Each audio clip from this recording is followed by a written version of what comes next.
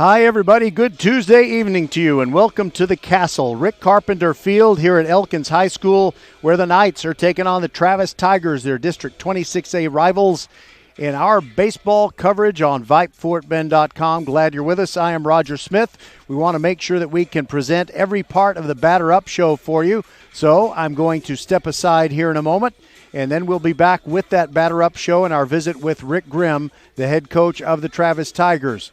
Our coverage tonight is brought to you by First Tire and Automotive, Xfinity, also Archer Volkswagen, and the Neville Insurance Agency. We'll be right back with our visit with Rick Grimm, the head coach of the Travis Tigers, when we continue on VypeFortBend.com. Coming up at the top of the hour, it's the Elkins Knights and the Travis Tigers. Don't go away.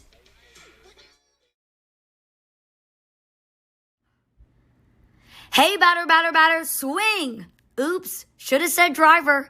We love baseball season at First Tire and Automotive and want to see you swing by for great deals. $50 off brake pad replacement, buy one, get one free windshield wiper blades, $100 off 4 tires or $50 off 2 tires, and save up to $100 on Michelin, Continental, Goodyear, and Hercules tires. Head to the website firsttireandauto.com and make your appointment today at any of the 4 convenient locations in Sugar Land and Cinco Ranch. All 4 stores open on Saturday. firsttireandauto.com.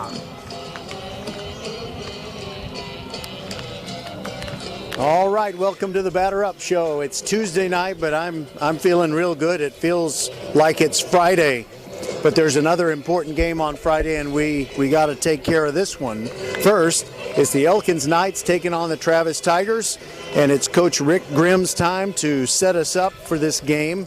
And first of all, I was very distressed to see young Micah Dean walking around with his arm in a sling. So I know he's a very important player for you. What happened to Micah? Well, it was, I believe it was 2 games ago against Clements. He swung, must have overswung, I guess, and felt something pop in his left shoulder. And they think it could be some type of rotator cuff injury or whatever. And you know, he's getting an MRI read on Friday, and we'll know better for sure. But right now, it's still pretty sore, so he's on the shelf. Okay, well, I hate to see that, and I certainly hope it's not a rotator cuff, because I know that that's not something that you just let it heal and move on with your life. But let's talk about, first of all, last time I saw your ball club, J. Isaac Alamo was not playing, but he's in the lineup tonight, so that at least helps a little bit when you lose someone like Micah. What does J. Isaac do for your team? Well, we've noticed a huge difference since he's been back in the lineup. He's a really good-natured, fun kid who doesn't seem to let anything bother him, and he brings a lot of energy and a lot of enthusiasm to the dugout and on the field, and he swings a pretty hefty bat too and plays solid defense, so we're happy to get him back. Is there any challenge to making sure your kids don't start thinking about what's on the schedule for Friday night, or Friday afternoon, actually? I know that the Ridgepoint game is going to be huge, but it won't be nearly as huge as you want it to be unless you win this game against Elkins tonight. Have you had to make sure they don't look ahead? Yeah, well, we've been really good over my couple years here, just playing one game at a time and looking for that. And even the kids sometimes remind me of that. They have a little bit of a chip on their shoulder because Elkins handled us pretty good the last time we played them. They know what this game means, and they seem to be really focused in batting practice. They seem to be really focused in practice yesterday.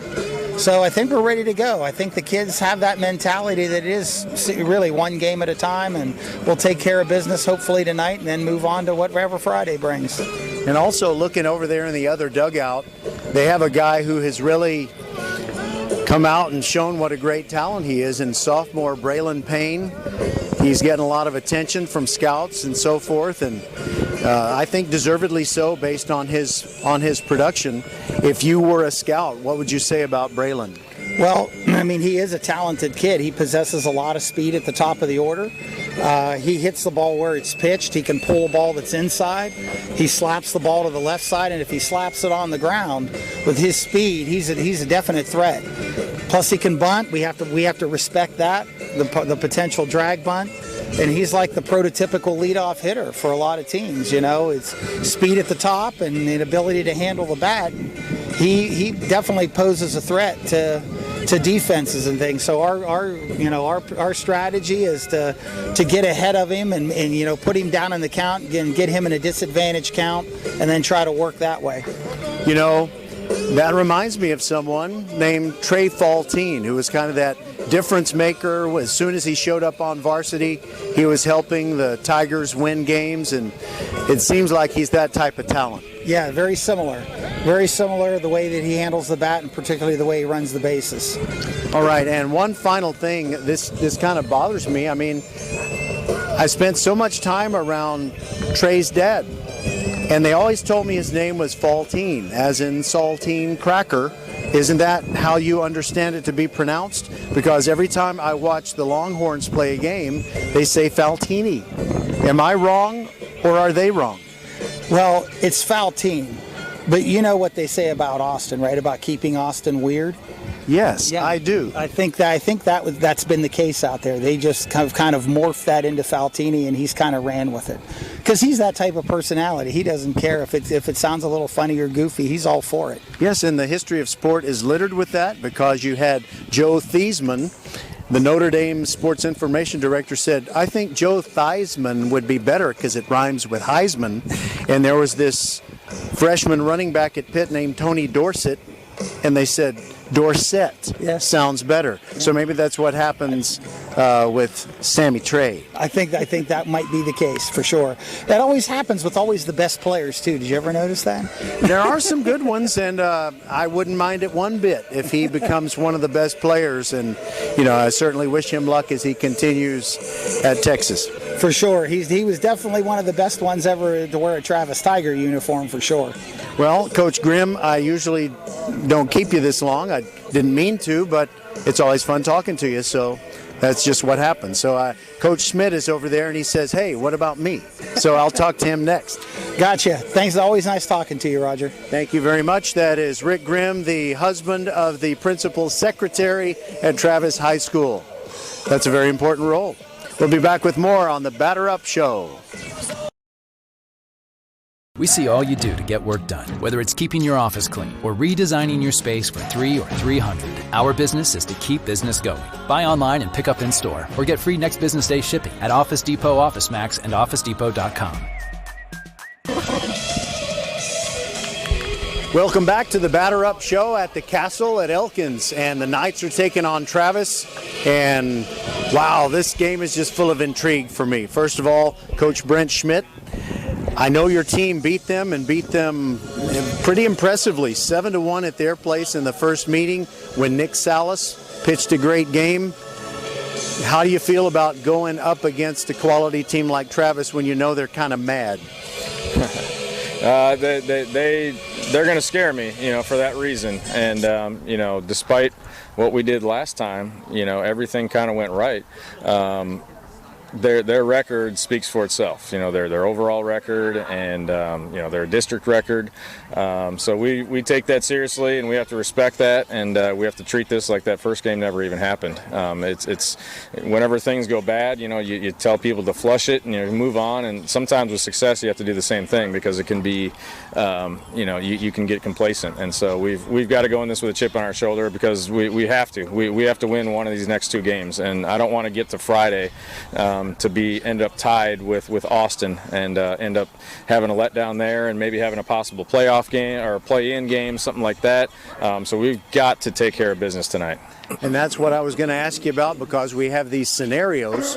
You could climb up into a 3rd seed or higher. That's conceivable. It could happen.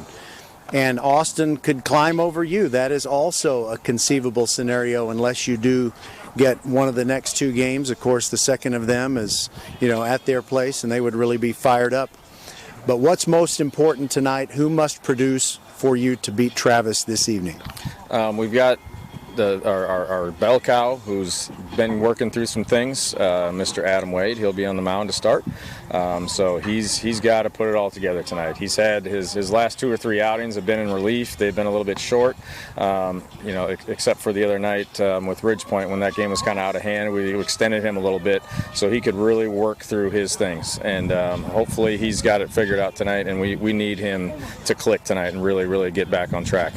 Now, I know you don't want him to be wild in any way, but one of my favorite phrases in baseball is effectively wild. And I did happen to notice in the stats that I appreciate you sending me that he has not pitched the most innings of anybody on your staff, but he does have almost 4 times the hit by pitches of anybody else on your staff. And I know you don't want to put someone on first base, but it's also a little bit helpful if the opposing batter is a little nervous up there. Yeah, he does a good job of that, just by his sheer presence on the mound, his physicality, and his velocity and his stuff, everything he brings to the table. Guys are never comfortable. You're never going to see a team come in and just get hit after hit on him, and he creates his own messes sometimes, and the stats show that. So if he can prevent himself from doing that, just treating it like a nice easy pen and attacking hitters, we'll be in good shape at the end of the night.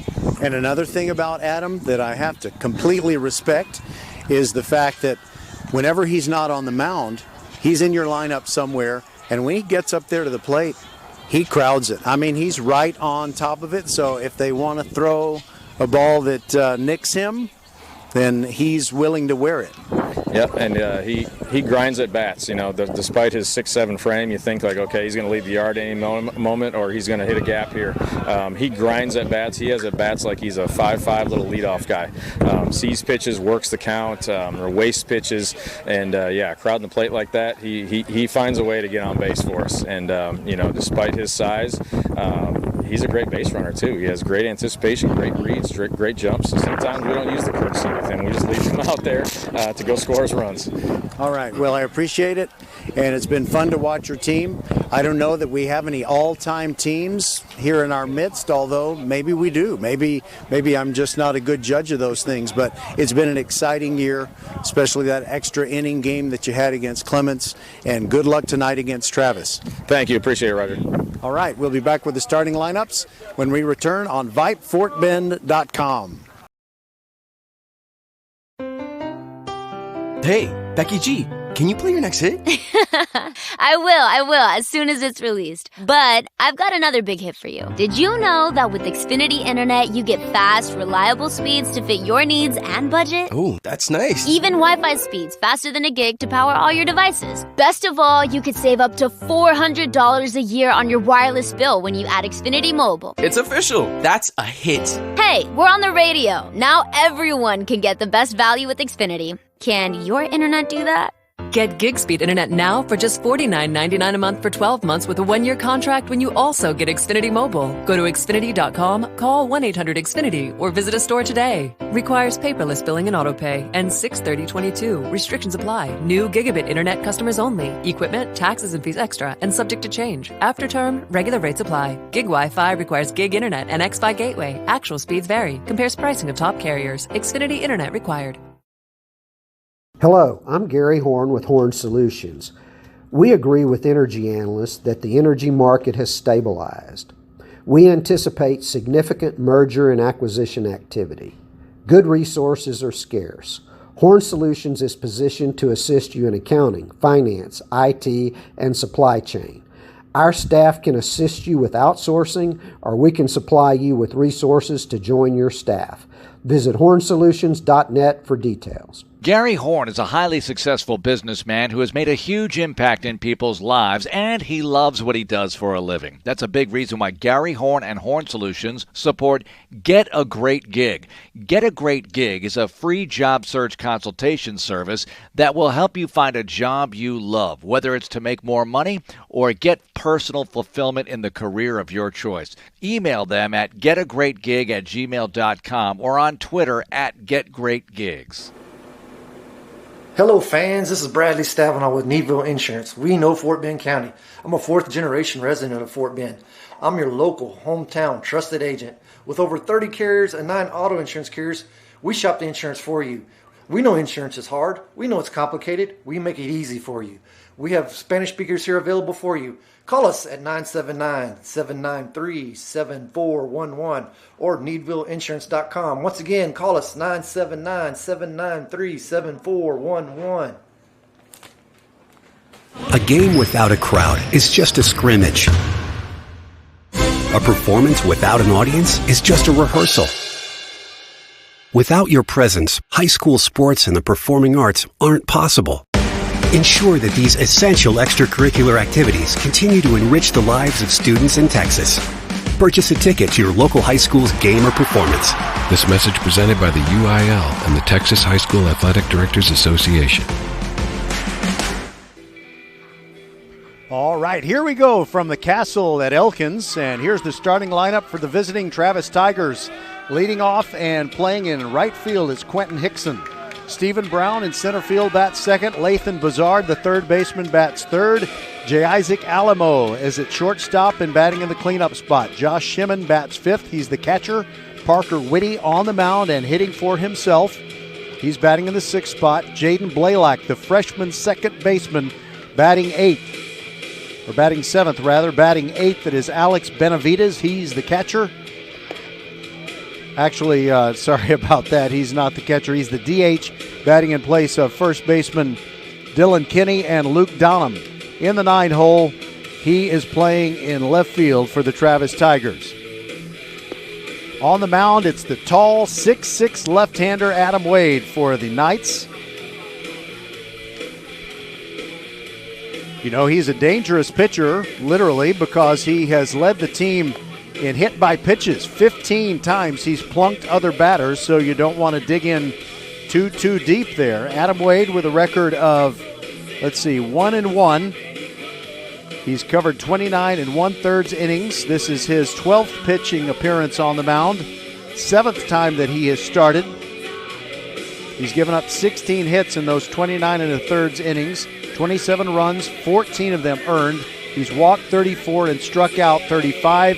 His ERA is 3.34. His whip is 1.71, and opponents batting 160 against him. And as you heard Coach Brent Schmidt say in the Batter Up show, sometimes he's his own worst enemy. He can throw hard. He's got good stuff.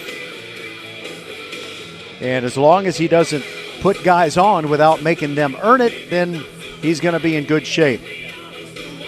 The Elkins defense looks like this. Logan Abedy is behind the plate catching. Nick Carroll is playing first base. Braden Malfetto at second. Jacob Binder is the shortstop. David Martin at third base. And in the outfield from left to right, it's Elijah Victorian. In left field, in center field, it's Braylon Payne and Sean Kokar in right.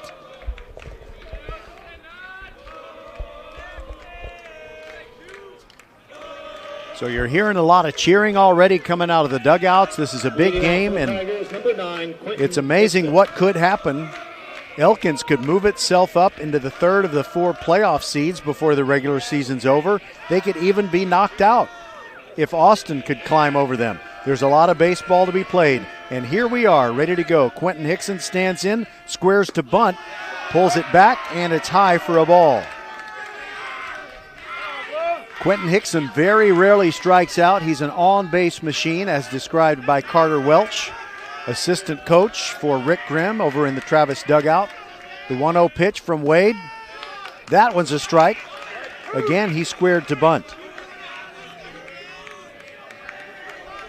Micah Dean has normally had that leadoff spot for Travis, but he's got the problem with his shoulder, and he might very well have a torn rotator cuff. That's a shame. Here's the 1-1. He takes, did not square that time. It's high for a ball, 2-1.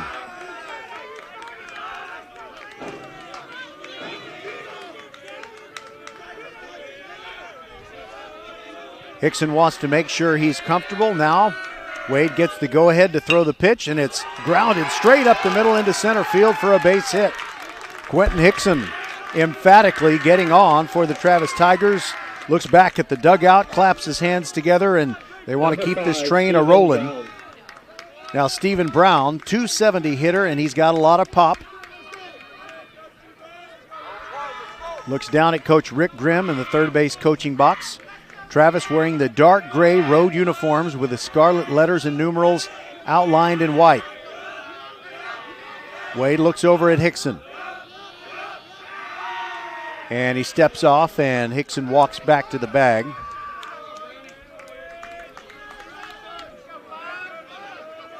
"77 degrees here in Missouri City with very little wind. It's blowing out toward left, but ever so gently. Strike at the knees, and it's 0-1 on Stephen Brown."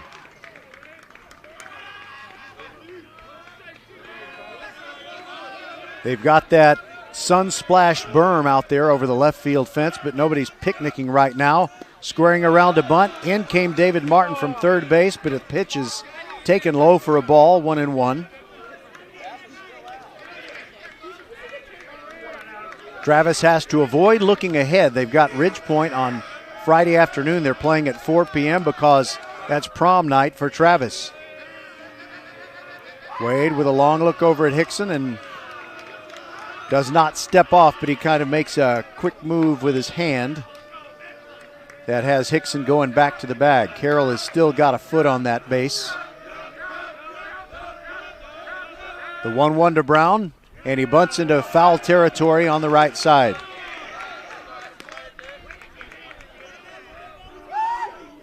Ridgepoint had its prom on Saturday night after they played an 11 a.m. game at Brazos Wood, which we brought you on VypeFortBend.com.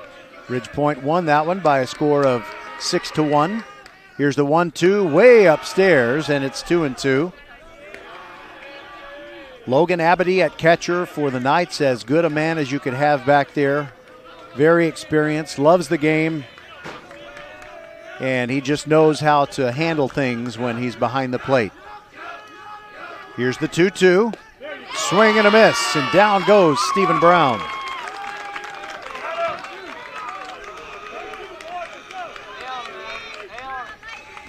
One away for Lathan Bazard, and he's probably the best hitter that Travis has.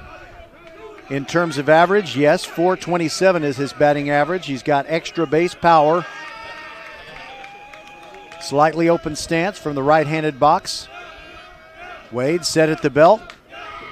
Now brings it. Down and in for a ball. Good eye by Bazard. One Z in his last name. Of course, they call him Buzzard. They kind of have to. I think it's a law. Wade gets the sign. Here's the 1-0. Inside, 2-0 on Bazard. J. Isaac Alamo, who's a welcome back addition to the Travis lineup. And having him back is, I guess it takes a little of the sting out of it when they lose a player such as Micah Dean. Here's a line drive base hit up the middle just off the glove of the shortstop Jacob Binder. And on the play, a little bit of a distraction. It worked to perfection for Travis as Stephen Brown took off with the pitch. And so that was a little bit of a distraction for Binder, but it went off his glove into center field. Now we have runners at the corners with one out. Second hit of the inning. Both have been up the middle, and now J. Isaac Alamo. He is a senior. First pitch swinging, and it's grounded foul over to the left side near the on-deck area on the third base side. Travis in the first base dugout. Elkins at home in the third base side wearing their Vegas gold jerseys with the royal blue caps and the long sleeve undershirts with the white pants with blue pinstripes. Swing and a miss. Abity throws down. They don't get the steal at home. They do throw. They don't get the out at second, but they do get the out at home. They throw out Quentin Hickson, who took off as soon as Bazard had headed for second, and the throw came out of Abity's hand. And the throw right back from the shortstop Binder gets the man. So I guess that goes, let's see, 1 to 2 to 6, back to 2. And so Quentin Hickson is out. That's the second out. Alamo still in the box, looks at the 0-2 pitch, and it's inside, ball one.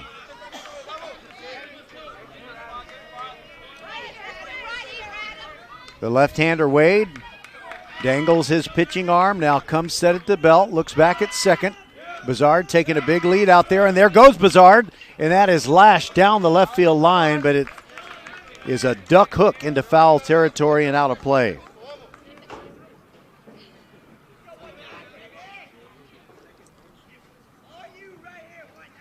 This would be one of those things where if you're Elkins, if you get out of this first inning when you had runners at the corners and one out and quality hitters coming up, if you get out of this without giving up any runs, then you feel like the baseball gods have smiled on you.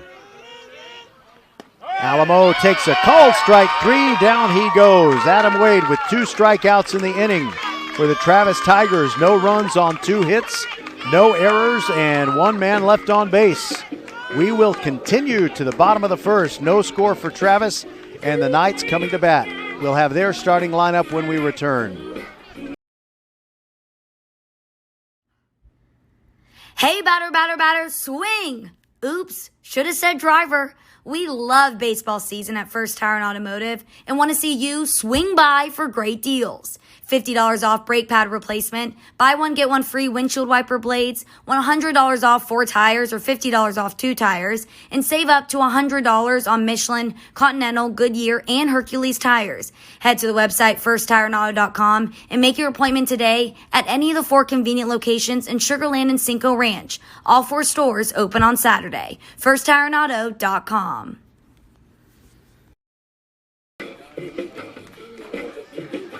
All right, welcome back. Travis did not score in the top of the first, although they did threaten, and the Elkins Knights now come to bat. Leading off for them and playing center field is Braylon Payne. Batting second and playing second base, Braden Malfetto. Logan Abedy, the catcher, bats third. Jacob Binder, shortstop, batting in the cleanup spot. Adam Wade, the pitcher, batting for himself in the 5 spot. Sean Kokar playing right field and batting 6th. Luke Dixon is the DH for the Knights, and he's batting in place of the first baseman, Nick Carroll. Elijah Victorian is in left field, batting 8th and batting 9th. It's the third baseman, David Martin. On the mound for the Travis Tigers, Parker Whitty, 6-2, 37 innings pitched with an ERA of 1.89 and a whip of 1.02. And here is his defense. Josh Shimon, the catcher. Dylan Kinney at first base. Jaden Blaylock, he is a freshman, playing second. The shortstop is J. Isaac Alamo. Lathan Bizard at third base. Luke Donham in left field. Stephen Brown in center. And Quentin Hickson in right field for the Travis Tigers. Travis comes into this game with 2 losses in district play. They're in second place, alone behind Ridgepoint. Ridgepoint is playing Bush tonight, and we're expecting Ridgepoint to let us know that they have won, because that's usually what happens when they're playing against anyone other than Travis or, well, this year, Austin. So then on Friday afternoon, we have a special matinee performance for you. It's a 4 o'clock start when Ridgepoint meets Travis. And so Ridgepoint can clinch the district title outright. They could also clinch the district title outright by just winning their game against Bush if Elkins, their close neighbors, will do them a favor and defeat Travis. Leading off for the Knights, number 18, Braylon Payne. All right, Braylon Payne. Straw that stirs the drink. 446 average, that leads the team. Slugging 728, that also leads the team. He's got an OPS of 1.228, 27 runs scored. He's batting .682 with runners in scoring position. And here we go with the talented sophomore lefty hitter. He takes the first pitch, and it is low for a ball from Parker Whitty. The sun has gone behind a cloud, so we're in shade right now, but we'll get a little bit more sunshine. Here's the 0-1, fouled out of play to the left. Braylon Payne always seems to put the ball in play, and I never get a chance to tell you all the things he's done. 4 triples, 4 homers. That's tied for the team lead. Here's Whitty's 0-2 pitch, and it's right back to Whitty. Off his glove, rolls toward third. Bazard will not have a play. And that'll be an infield base hit for Braylon Payne. Now, Braden Malfetto, and the last time we broadcasted a Knights ball game, Braden Malfetto was one of several players who had a stomach bug or something. About a half a dozen Knights missed the game against Clements. They had to go to extra innings, and they won it in the 10th. Very exciting. And the absence of Malfetto kind of told you just how good he is, how valuable he is to the team. He squares to bunt. There goes Payne. Pitches high. Throw down. Will never get him. Payne with a stolen base. And for Braylon Payne, how about that for stolen bases? That's 26 successful out of 28 tries. So now you might still see Malfetto try to bunt his way on or get a sacrifice bunt. In fact, he leads the team in that category with 4 sacrifice bunts. Malfetto with a .361 average, .410 on-base percentage. He's slugging .869, right-handed hitter. Bouncing up and down a little bit in the right-handed box. Parker Whitty comes set, looks back at second. Here's the pitch, fouled out of play to the right. I mentioned that the sun had gone behind a cloud, but the only clouds are the ones off to our left, and it seems like we got nothing but blue skies right above the playing surface here at Rick Carpenter Field. Whitty looks in, looks back at Payne, ready to bring the 1-1. There goes Payne. Malfetto takes, and sliding in safely, another stolen base for Braylon Payne. He's gotten himself all the way to third, that with his 27th consecutive stolen base out of 29 tries.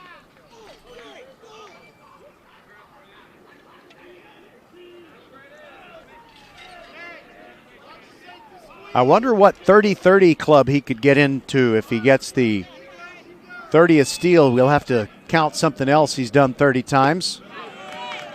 There's a pitch on the outside corner. Strike 2 to Malfetto. It is 2-2. That previous pitch on which Payne stole third was a strike. Nobody out. Runner at third. Here's the pitch. Malfetto takes, down and away, and it's 3-2. He's got a good eye. Malfetto has drawn 6 walks on the season. Here's the payoff pitch. Outside ball 4. There are runners at the corners with nobody out.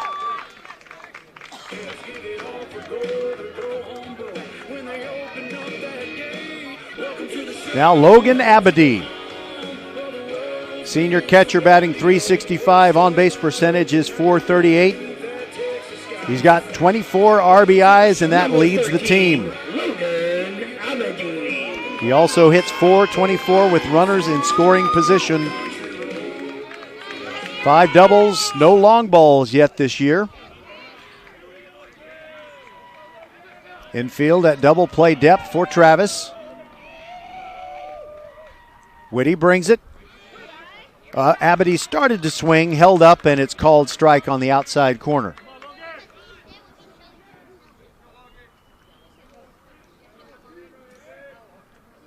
Kind of moves the bat like Jose Altuve before he gets it poised, kind of points it at the pitcher and then whirly birds it back. Now a look over it first, and that sends Malfetto diving back. Ready for the 0-1 to Abadie. Here it comes. There goes Malfetto. Pitch hit in foul ground in the air on the right. Dylan Kinney, the first baseman, makes the catch, and Malfetto had to retreat. 1 out. Dylan Kinney, the first baseman, is a commit to go to Abilene Christian, but it's to play football and not baseball. Although I guess he could try both. Maybe he should let them watch him pitch a little bit. All right, Jacob Binder. He and Payne are in a very healthy competition in a lot of categories. He actually leads the team in on-base percentage with .545, while Payne leads in batting average. And now another look back by Whitty, and Malfetto dives back in again. Binder has an OPS of 1.234. That leads the team. Here's the pitch. Pitch taken down. That looked like the splitter from Whitty, and it's 1-0.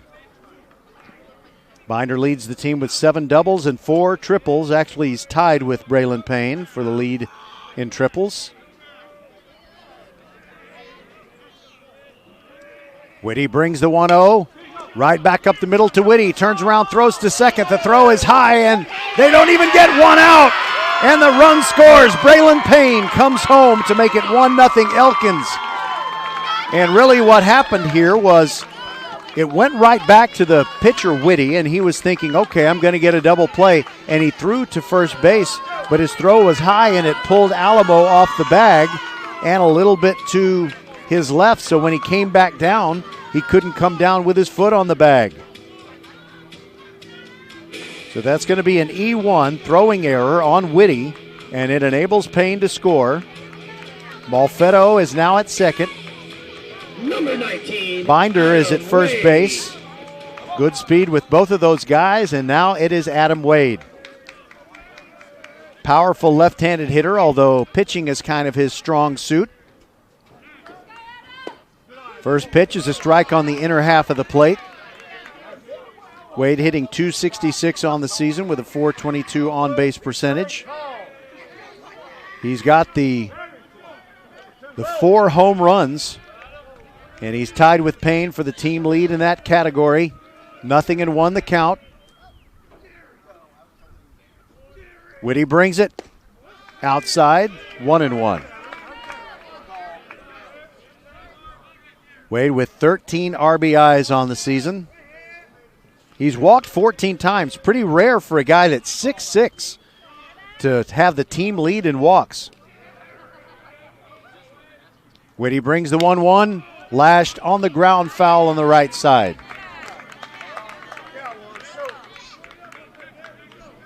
Coming out of the Travis dugout to get it is Jaden Porter.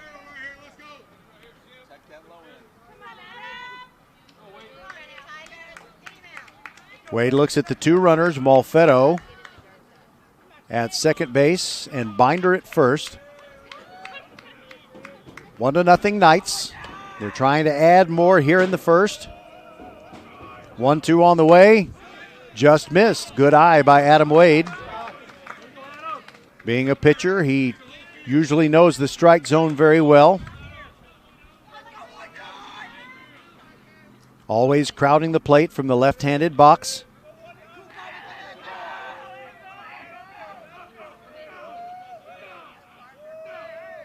Whitty brings the 2-2, swung on and missed. And a fist bump from his catcher, Josh Shimon. That was a big out, 2 away. And it'll be up to Sean Kokar, the right fielder. Sean's hitting .263. He hits .250 with runners in scoring position, and the Knights would certainly like to get more than one here. You want to put a crooked number up.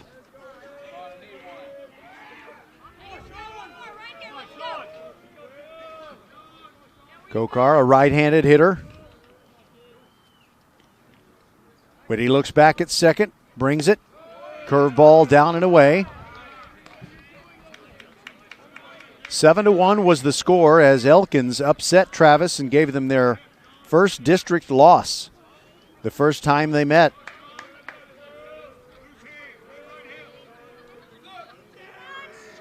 Whitty gets his sign from Shimon.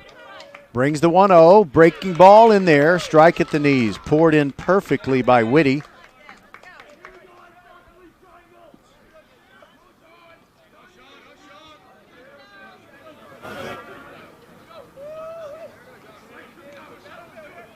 Whitty looks back at Malfetto. No one holding him on. Here comes the 1-1. And it's a ground ball toward third. Bizard picks it clean, throws low to Kinney, who digs it out and gets the out. And that saves Travis any further damage. So for the Elkins Knights, 1 run on 1 hit, no errors, or actually 1 error. 1 run, 1 hit, 1 error, and 2 men left on base. And we'll continue to the second Elkins 1, Travis nothing on VypeFortBend.com. Hello, fans. This is Bradley. Hey, Becky G, can you play your next hit? I will, as soon as it's released. But I've got another big hit for you. Did you know that with Xfinity Internet, you get fast, reliable speeds to fit your needs and budget? Oh, that's nice. Even Wi-Fi speeds faster than a gig to power all your devices. Best of all, you could save up to $400 a year on your wireless bill when you add Xfinity Mobile. It's official. That's a hit. Hey, we're on the radio. Now everyone can get the best value with Xfinity. Can your internet do that? Get gig speed internet now for just $49.99 a month for 12 months with a 1-year contract when you also get Xfinity Mobile. Go to Xfinity.com, call 1-800-XFINITY, or visit a store today. Requires paperless billing and autopay. Ends 6/30/22. Restrictions apply. New gigabit internet customers only. Equipment, taxes and fees extra and subject to change. After term, regular rates apply. Gig Wi-Fi requires gig internet and Xfi gateway. Actual speeds vary. Compares pricing of top carriers. Xfinity internet required. Archer Volkswagen showroom is open, and our team's excited to help you. Visit our sales department Monday through Saturday from 9 a.m. to 9 p.m. Or bring your car in for service from 7 a.m. to 7 p.m. Monday through Friday, and Saturdays from 9 a.m. to 2 p.m. We're closed on Sundays to rest and recharge with our families, so we can serve you well through the week. We hope to see you soon. Leading off for the Tigers, number 20, Josh Shimon. Catcher Josh Shimon, then Parker Whitty and Jaden Blaylock for the Tigers in the top of the second. They trail Elkins 1-0. Josh Shimon hitting .338. He has extra base power. He's a great leader on this team, as you need your catcher to be. Right-handed hitter against the lefty Adam Wade. Wade going from the stretch at all times. Here's the first one.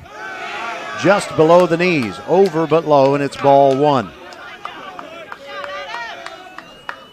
Good crowd on hand, very, very comfortable here at Rick Carpenter Field. We're in the twilight, it's beautiful. Here's the pitch. Shimon takes a strike on the inside corner. Josh's little brother John plays on the Travis team, and he's a part of their future plans. He's already on the varsity team, he's just not getting that much playing time yet. Here's the 1-1. Check swing. Did he go around? No, he did not. They asked the first base umpire, and he said no swing.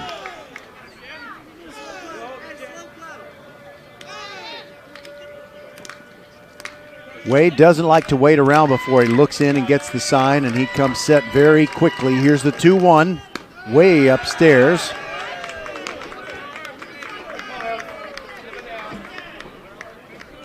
Wade struck out 2 in the first inning. And there was a caught stealing. That's how the Knights recorded their outs. Here's the 3-1. Downstairs, and it's ball 4. Shimon will go to first base, and someone's going to come out and run for him. Well, I would presume someone's going to come out and run for him, but nobody's come out of the dugout yet. Meanwhile, it's Parker Whitty hitting for himself.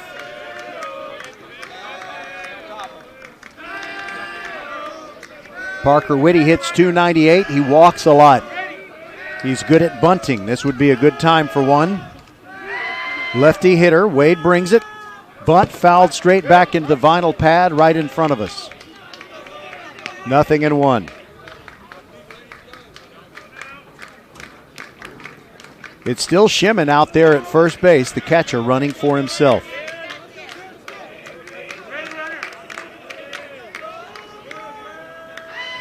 Whitty digs in. Wade brings the 0-1 inside, and it's 1-1.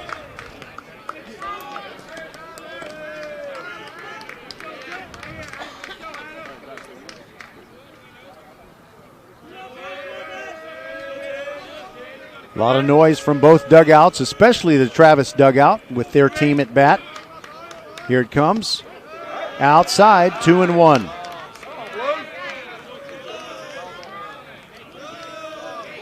Coach Rick Grimm in the third base box. making all those signs.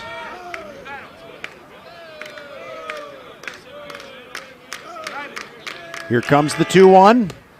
Outside, 3-1. Got to a 3-1 count on Shimon, then he threw ball 4, so he doesn't want to do the same thing with Whitty.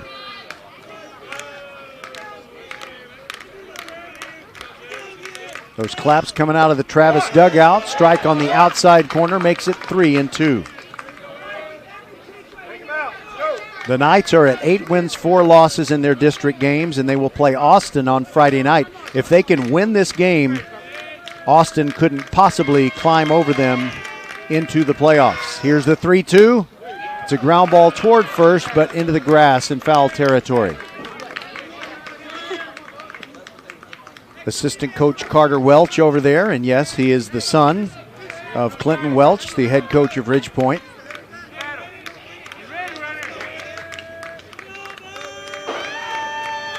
Here's another payoff pitch, and that is lined into left center field and down for a hit. Elijah Victorian gets it back in quickly, and Travis is in business. After the walk, they get a base hit. Runners at first and second with nobody out. And that's already the 3rd hit of the game for Travis. Number 7, Jaden Blaylock. Now the freshman, Jaden Blaylock, hitting .277, very admirable for a prodigy like himself. You know, the great basketball coach Al McGuire said the best thing about freshmen is that they become sophomores, but this deep into the season, academically he's a freshman, but I think you could say that this young man, Jaden Blaylock, is a sophomore in terms of baseball. Wade turned around and looked at second. Shimon taking his lead there. Dangerous time for the Knights. They lead it 1-0, and they don't want to give anything back right here. Blaylock jumps out of the way. It gets underneath Abedy. That is a wild pitch, and the runners move to second and third.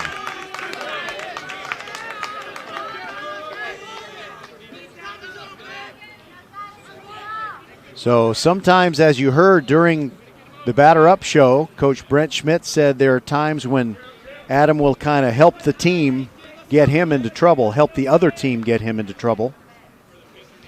Now we're going to have a courtesy runner. Parker Whitty comes off of second base, and he's replaced by Devin Cummings.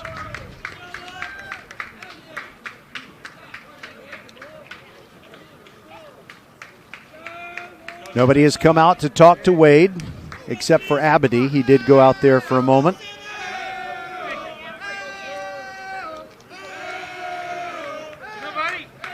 By the way, that Friday game, 4 o'clock against Ridgepoint, Travis versus Ridgepoint. We will have it for you on VypeFortBend.com. Here's the 1-0. Curveball in there for a strike. Blaylock had turned around and squared to bunt, left it alone. Carroll has crept up to within, I don't know, maybe 60 feet of home plate in front of his first base position. Here's the 1-1. Curveball in there again. That time he did not square to bunt.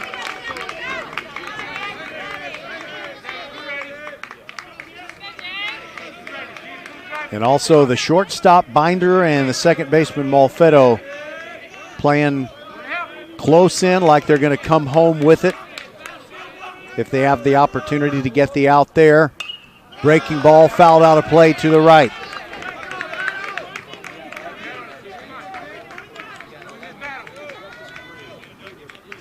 Could be a critical plate appearance for Blaylock, even though it's only the top of the second.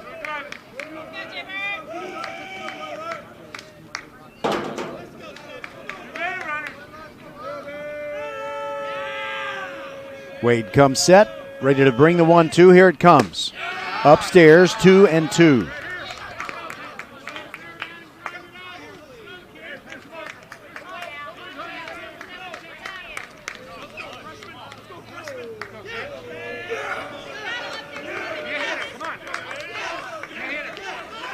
Travis dugout trying to rattle Adam Wade. Here's the 2-2. Bounces in. It's 3-2. No movement by the base runners. Abity scurried over and got it. He was on that ball like a pit bull on a poodle, making sure that there was nobody dashing home. Shimon is the runner at third. Cummings is the runner at second. Infield in tight. Blaylock ready for the payoff pitch. Here it comes. Upstairs, ball four. The bases are loaded. Second walk of the inning for Wade. And Alex Benavides is the designated hitter up there for Dylan Kinney. Benavides with a .367 on-base percentage. Number 14, Alex Benavides. By the way, Jason Slanita, the assistant coach for Elkins, asks for time, and he's going to go out there and talk to Adam Wade. Could be a critical moment. Bases loaded, nobody out. Elkins has the 1-0 lead. They don't want to give anything back. But it's hard to imagine wriggling off the hook and giving up nothing here. So really the mission for Alex Benavides is just going to be to make good contact, hit the ball out of the infield. You don't want to hit a pop-up. You don't want to strike out. But I think what Elkins would like most of all would be a quick comebacker right to Wade. He throws back to Abity with his foot on home plate, and then a throw to first. Get the double play. That would be the perfect scenario for the Knights. And here's Benavides.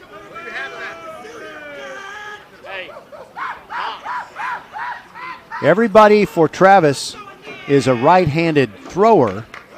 They only have one left-handed swinger. And we've already seen him. Wade from the stretch brings it. And that hit him in the leg, and a run comes in. We are tied at 1. Shimon crosses the plate.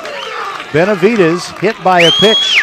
The 16th time this year that's happened with Wade on the mound.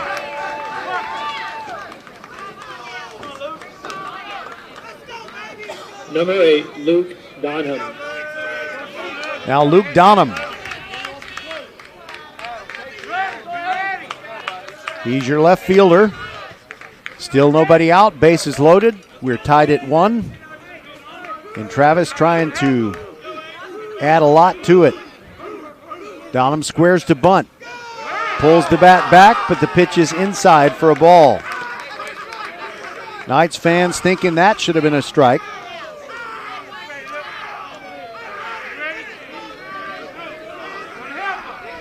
Wade at the belt. Donham squares again. Here comes the 1-0. That's a strike. And by the time the ball got into the catcher's mitt, where Logan Abity made sure he kept the ball in front of him, Nick Carroll was probably, I don't know, no more than 20 feet away from home plate. He is still on the grass, and so is third baseman David Martin. Here comes the 1-1. Bunted into foul ground, bunted into the Travis dugout. Everybody okay over there? I guess so.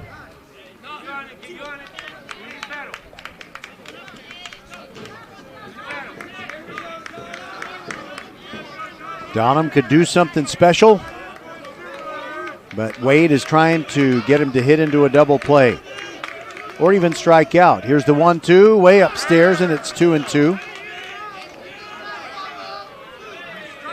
Looked like a breaking ball that might have slipped out of Adams' hand a little bit.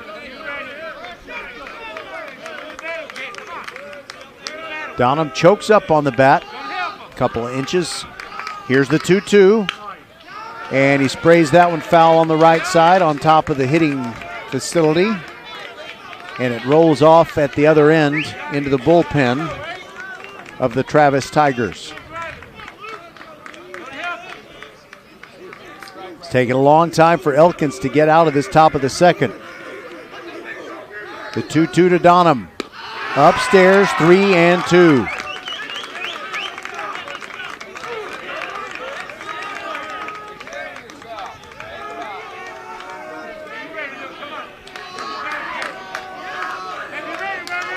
Travis is smelling blood right here. They want to get a big inning. Here's the 3-2. Swung on and missed, but it gets out of Abadee's mitt, and the run is going to come home. It is 2-1 Travis as Cummings crosses the plate. The bases remain loaded, but there's one out on the strikeout.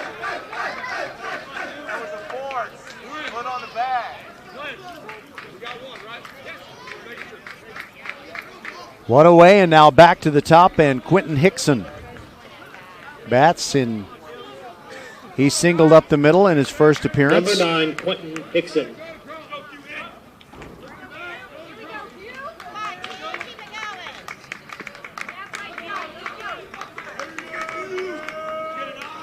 Night is falling quickly here at Rick Carpenter Field. The lights are on, and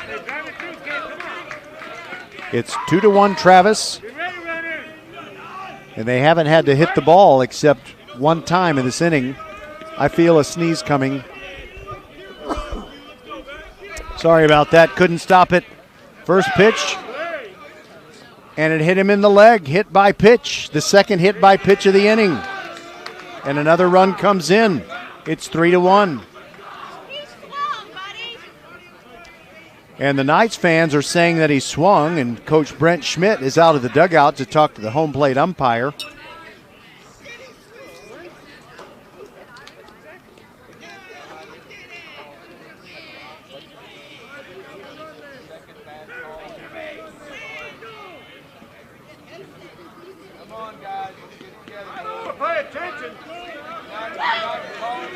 So now the bases are loaded.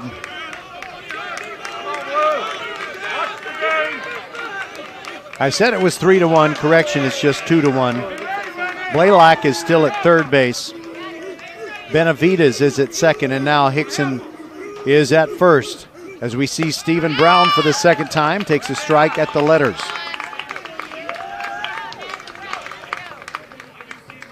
Not exactly textbook baseball. You like to see people putting the ball in play. Like to see the pitcher forcing them to make some contact. Here's the 0-1 upstairs, and it's 1-1 on Stephen Brown, who's 0 for 1 with a first inning strikeout.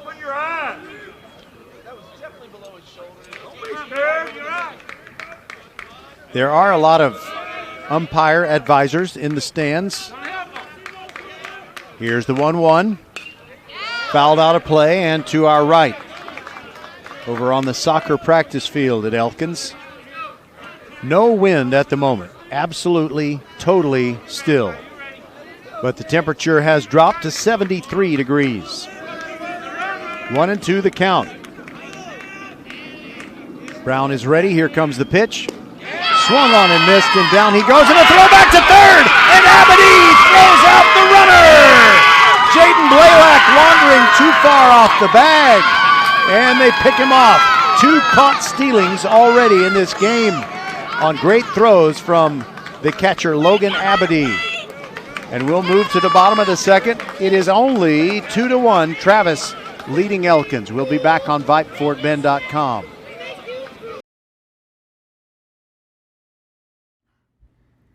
Hey, batter, swing! Oops, should have said driver. We love baseball season at First Tire and Automotive and want to see you swing by for great deals. $50 off brake pad replacement, buy one, get one free windshield wiper blades, $100 off 4 tires or $50 off 2 tires, and save up to $100 on Michelin, Continental, Goodyear, and Hercules tires. Head to the website firsttireandauto.com and make your appointment today at any of the 4 convenient locations in Sugar Land and Cinco Ranch. All 4 stores open on Saturday. firsttireandauto.com. Archer Volkswagen showroom is open, and our team's excited to help you. Visit our sales department Monday through Saturday from 9 a.m. to 9 p.m. Or bring your car in for service from 7 a.m. to 7 p.m. Monday through Friday, and Saturdays from 9 a.m. to 2 p.m. We're closed on Sundays to rest and recharge with our families, so we can serve you well through the week. We hope to see you soon.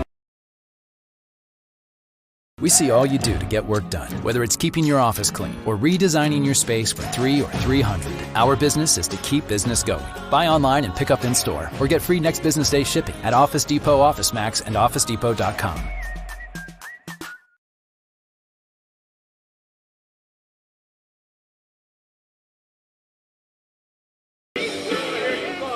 We want to thank the folks at Office Depot, Southwest Freeway at Williams Trace in Sugar Land for taking care of business every day so we can bring you Fort Bend County sports every week.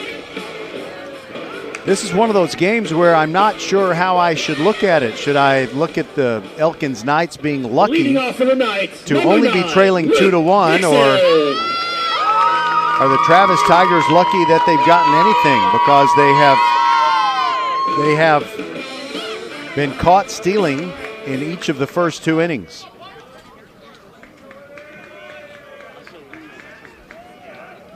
So here we go with Luke Dixon to lead off for the Knights, and the first pitch to him is a strike.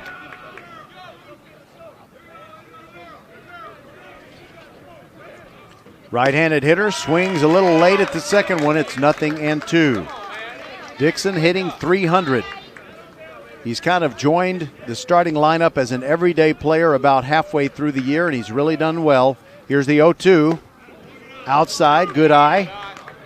His on-base percentage .408. 12 hits in 40 at-bats. He's got 7 RBIs. Sprays that one in the air, foul, and well out of play.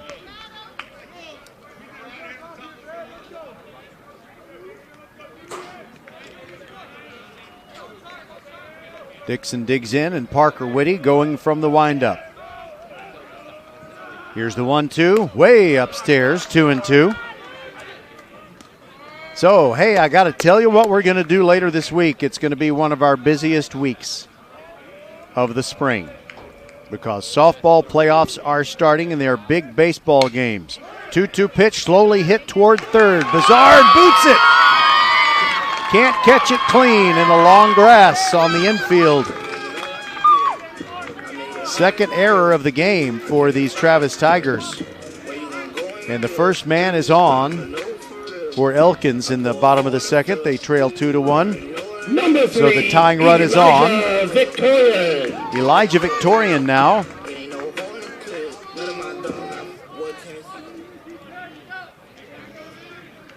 Elijah with a .361 on-base percentage. He scored 9 runs this season. He's good at drawing walks. He's drawn 8 of them. First pitch swinging. It's into center field. And it is caught. Victorian with good contact, but sinking right in front of Stephen Brown, but he read it all the way.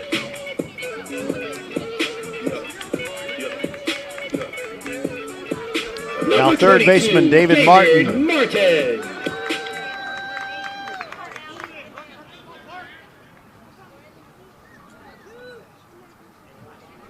Martin hitting .200, .350 on base percentage. Looks at the first pitch outside for a ball.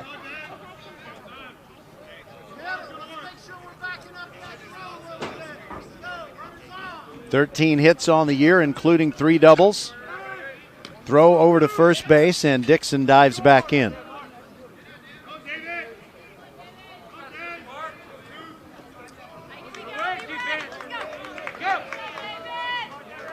Whitty comes set. Comes home with it. Martin takes a curveball strike on the outside corner. Great lateral and downward action on that breaking pitch from Whitty.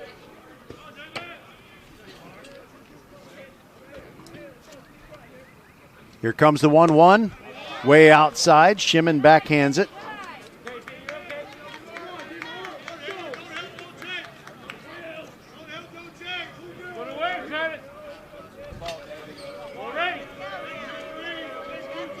Whitty taking his time, has the sign, ready to bring the 2-1. Martin checks his swing, and it's outside, 3-1 to the number 9 hitter.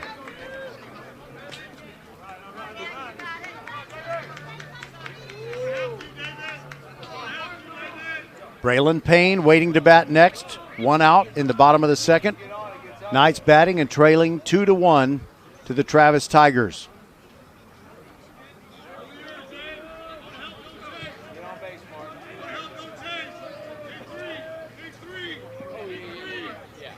Martin ready, takes a pitch outside for ball 4. One runner on via the error. That's Luke Dixon, who moves over to second, and now David Martin is on via the walk. One out for Braylon Payne. He singled, stole 2 bases, and came on home in that first inning for the Knights. Number 18, Braylon Payne. Just a sophomore.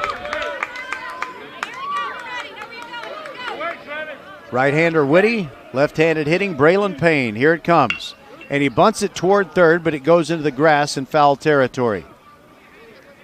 Assistant coach Abe Arguello makes the pick up there, hands the ball to Lathan Bazard, who returns it to the pitcher.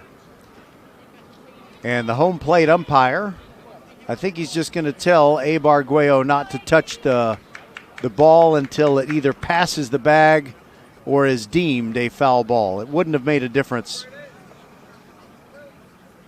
Brent Schmidt comes out of the dugout, just wants to make sure that's what it was about, and it was. I remember one time in Meadows Place youth baseball, my son, who's now 25, right-handed hitter hit a ball that it landed about 7 feet foul, but then it spun back in. I called it fair because dads were umpiring. They got mad at me, but it was a fair ball. It had not passed the bag. And now Whitty steps off before he delivers the second pitch to Payne. It's 0-1 after that fouled bunt attempt. Pink batting gloves for Braylon Payne. Swings at the curveball, and that's hit to center. That is hit a ton. Brown going way back. He won't get it. It rolls to the warning track, and 2 runs are going to score.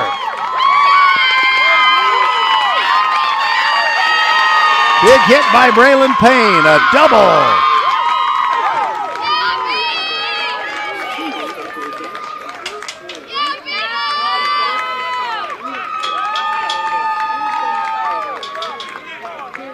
So everything looking good for the Knights.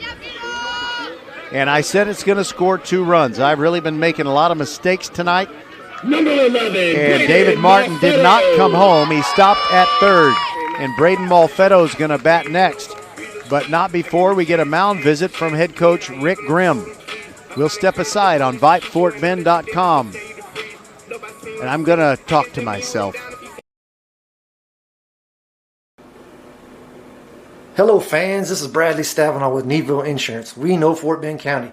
I'm a 4th generation resident of Fort Bend. I'm your local, hometown, trusted agent. With over 30 carriers and 9 auto insurance carriers, we shop the insurance for you. We know insurance is hard. We know it's complicated. We make it easy for you. We have Spanish speakers here available for you. Call us at 979-793-7411 or needvilleinsurance.com. Once again, call us 979-793-7411. Hey, batter, swing! Oops, should have said driver. We love baseball season at First Tire and Automotive and want to see you swing by for great deals. $50 off brake pad replacement, buy one, get one free windshield wiper blades, $100 off 4 tires or $50 off 2 tires, and save up to $100 on Michelin, Continental, Goodyear, and Hercules tires. Head to the website firsttireandauto.com and make your appointment today at any of the 4 convenient locations in Sugar Land and Cinco Ranch. All 4 stores open on Saturday. firsttireandauto.com. A mound visit from head coach Rick Grimm, but not a pitching change. It is still Parker Whitty's game. And now Braden Malfetto will bat with runners at second and third. 1 out in the inning, 1 run already in, and we're tied at 2. Whitty brings it. There's a fly ball to right field. Coming in is Hickson. He dives and makes the catch, and nobody moves. Great catch out there by Hickson. And David Martin thought about coming home after tagging up, but Coach Abe Arguello just said, "Whoa, big fella." That's the second out, and Travis is now in a position to get out of this without giving up more than a run. And it's Logan Abady's turn. Hit a foul pop-up his first time. He's got that .424 average with runners in scoring position, although That's a little bit lower after that foul pop-up in the first. And it's grounded toward the right side. Dylan Kinney dives and smothers it, shovels it to Whitty in time to get Aberdeen. Good defense there to keep any more runs from coming home. So for the Elkins Knights, 1 run on 2 hits. Correction, 1 hit, 1 error, and 2 men left on base. We'll continue to the third, 2-2, Elkins and Travis.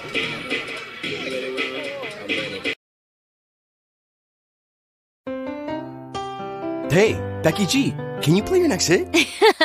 I will, as soon as it's released. But I've got another big hit for you. Did you know that with Xfinity Internet, you get fast, reliable speeds to fit your needs and budget? Oh, that's nice. Even Wi-Fi speeds faster than a gig to power all your devices. Best of all, you could save up to $400 a year on your wireless bill when you add Xfinity Mobile. It's official. That's a hit. Hey, we're on the radio. Now everyone can get the best value with Xfinity. Can your internet do that? Get gig speed internet now for just $49.99 a month for 12 months with a 1-year contract when you also get Xfinity Mobile. Go to Xfinity.com, call 1-800-XFINITY, or visit a store today. Requires paperless billing and autopay. Ends 6/30/22. Restrictions apply. New gigabit internet customers only. Equipment, taxes and fees extra and subject to change. After term, regular rates apply. Gig Wi-Fi requires gig internet and X-Fi gateway. Actual speeds vary. Compares pricing of top carriers. Xfinity internet required.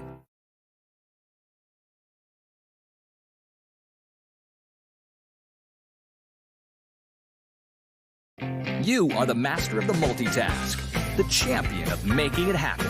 Taking care of business is not for the faint of heart. Still, you take care of it. Taking care of business. But who takes care of you? Office Depot Office Max. We supply you, copy you, and tune you up. Members get 2% back in rewards on everything, and we mean everything. We take care of you, so you can take care of business. Office Depot Office Max. Taking care of business.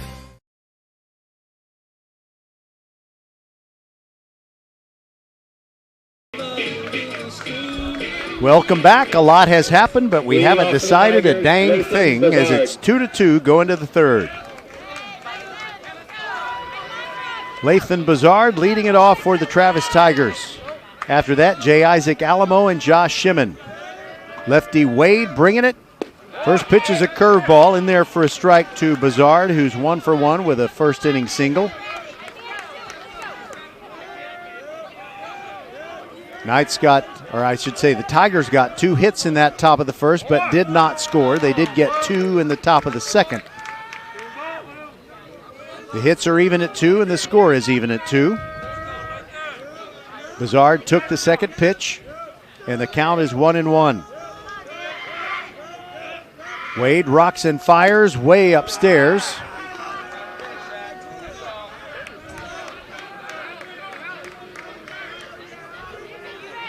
"73 degrees in Mo City, Texas." Bazard swings and he powers that to left field. That is hit deep. It is flying. It is off the wall on the fly, and Bazard sliding into second there with a double. It hit about 1 foot off the ground at the bottom of the wall. So he is 2 for 2. And assistant coach Carter Welch was telling me prior to the game that he's probably the best hitter the Travis Tigers have, and his first 2 at-bats make it look that way for sure. Now J. Isaac Alamo struck out in his first plate appearance. He squares to bunt, pulls the bat back, swings away, and comes up empty. It's 0-1.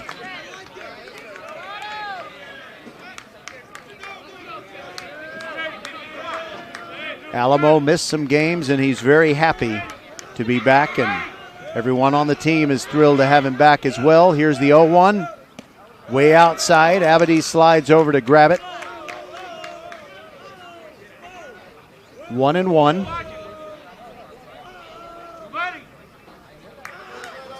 We have had some clouds gather overhead, but there's no chance of rain tonight.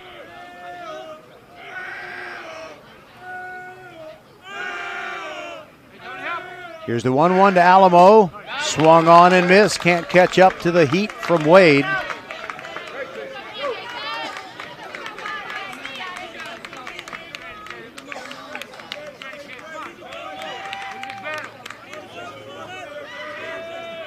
Alamo with a stance that's neither open nor closed. Watches one go behind his feet all the way to the backstop. And on the play, Bizard moves to third.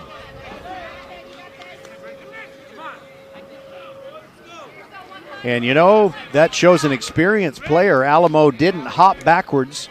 Now, if he had hopped backwards into the pitch, the home plate umpire might not have called it a hit by pitch. He stayed right where he was. Here's the 2-2.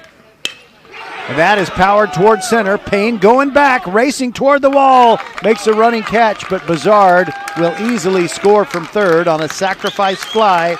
Alamo puts Travis back on top, 3-2.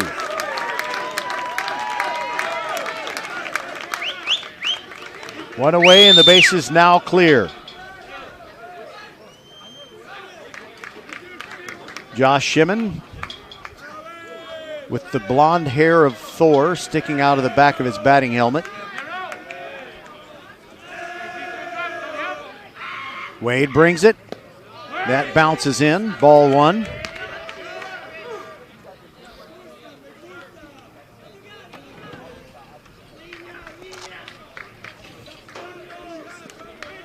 We're going to have playoff softball later this week, and also Travis taking on Ridgepoint in the baseball finale as a curveball doesn't curve and is up high for ball two. 2-0 as Adam Wade works to Josh Shimon.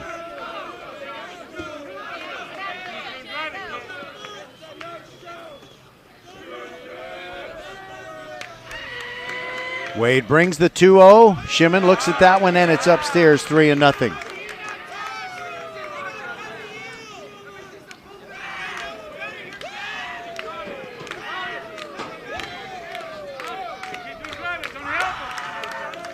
See if Josh gets the green light. 3-0 pitch is high, and he gets a 4-pitch walk. And Brent Schmidt is going to come out of the dugout. And from where I sit when I broadcast a game at Elkins, there's no way to see if anybody's warming up in the bullpen, but I don't see the top of anyone's cap or anything like that. We'll step aside and be back on VypeFortBend.com. Hello, I'm Gary Horn with Horn Solutions. We agree with energy analysts that the energy market has stabilized. We anticipate significant merger and acquisition activity. Good resources are scarce. Horn Solutions is positioned to assist you in accounting, finance, IT, and supply chain.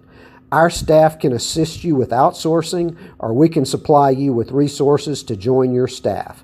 Visit hornsolutions.net for details. Gary Horn is a highly successful businessman who has made a huge impact in people's lives, and he loves what he does for a living. That's a big reason why Gary Horn and Horn Solutions support Get a Great Gig. Get a Great Gig is a free job search consultation service that will help you find a job you love, whether it's to make more money or get personal fulfillment in the career of your choice. Email them at getagreatgig@gmail.com or on Twitter at getgreatgigs.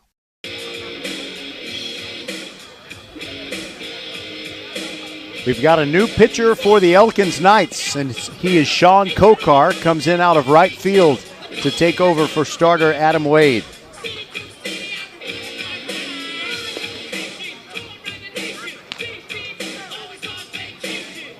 Kokar is 2-2. He's pitched 25 1/3 innings. This is his 9th appearance. Most of those out of the bullpen. 18 hits allowed in the 25 1/3 innings. 17 runs given up, 13 of those earned. He's walked 15 and struck out 22. Sean Kokar's ERA is 3.59. His whip is 1.30. And the batting average against him is 200. Adam Wade is now in right field, so the two players just switch places. And we'll close the book on Adam Wade when we can. Travis has taken a 3-2 lead in the top of the third. And now it is Josh Shimon.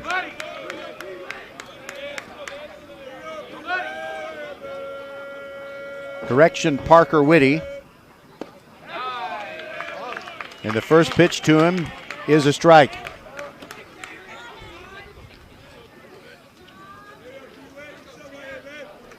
Parker Whitty is the only left-handed hitter in the lineup for Travis. Breaking ball, bounces into Abity.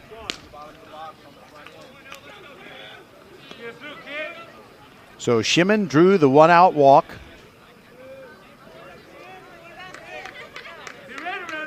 And the courtesy runner down there is Devin Cummings running for Shimon.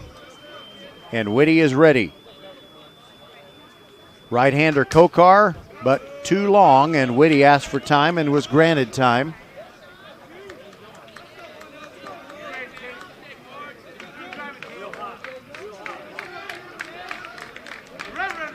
Kokar at the belt.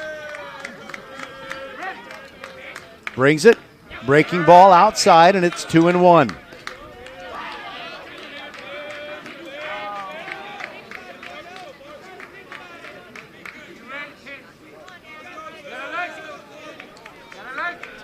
Kokar looks over at Cummings, who's taking a short lead. Here's the 2-1. Swung on and missed at the curveball, or might have been a changeup. He really took something off that one.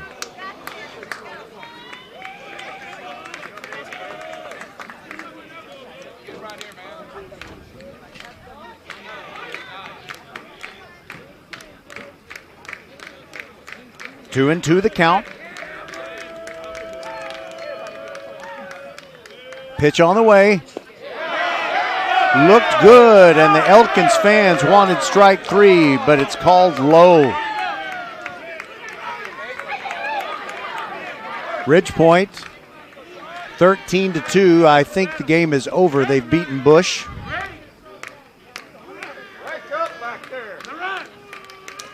Here's the 3-2. And that is down for ball four. Kokar doesn't like it. He almost grabbed his head with both hands, even though there was a glove on the left hand.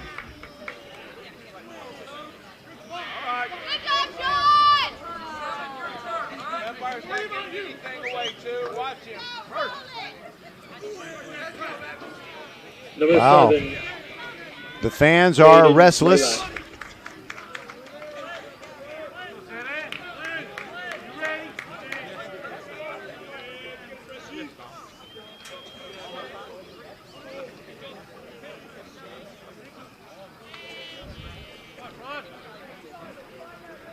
I've been attending to a couple of things. I've been turning a couple of things on here, and sorry,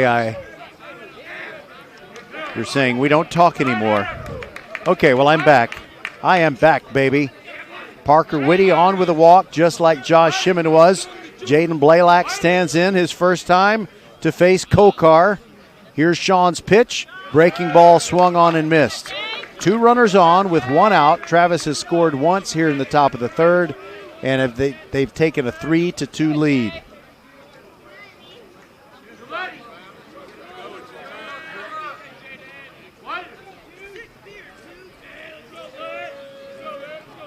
Kokar looks back at Cummings, who leads off second. The 0-1 pitch swung on and missed.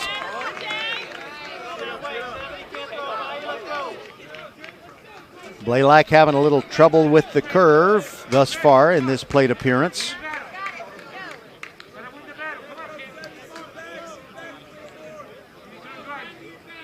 He walked but was caught stealing in the second.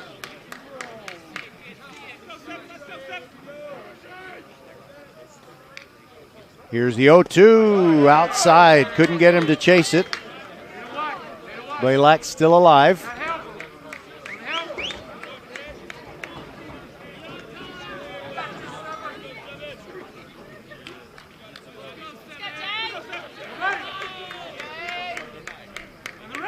Here comes the 1-2. Bounces in. Abity slides over and keeps it in front.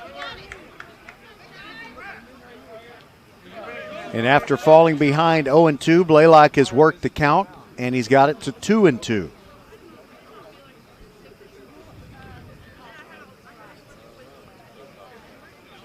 This game may take a long time. It's a school night, but, I don't mind staying up late to watch a good ball game. But it's moving along at a snail's pace. We've been playing over an hour, and we're still in the top of the third. 2-2 pitch to Blaylock behind him, and Abity rose up to catch it. And a 3-2 count as Kokar works to Blaylock.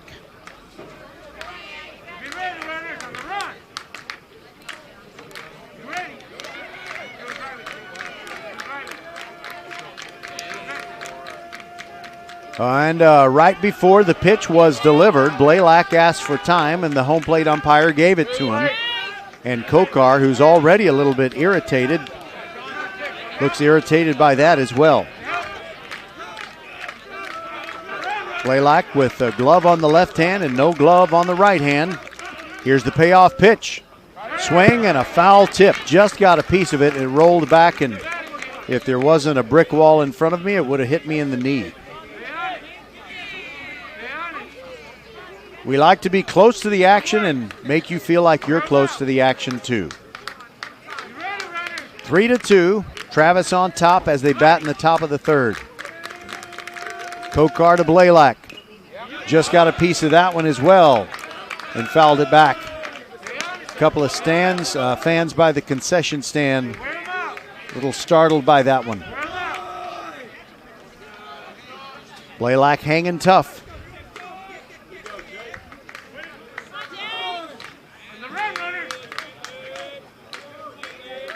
Kokar looks back at Cummings, brings another payoff pitch, breaking ball in there for a called strike 3. So Kokar was about to go ballistic, I think, if that hadn't been a called strike 3. He's going to have to... Alex Benavides. He's going to have to control his emotions. And now it's up to Alex Benavides, the DH, hit by a pitch when he came up in the second. Runners at first and second with 2 outs now. Pitch to Benavides, curveball down.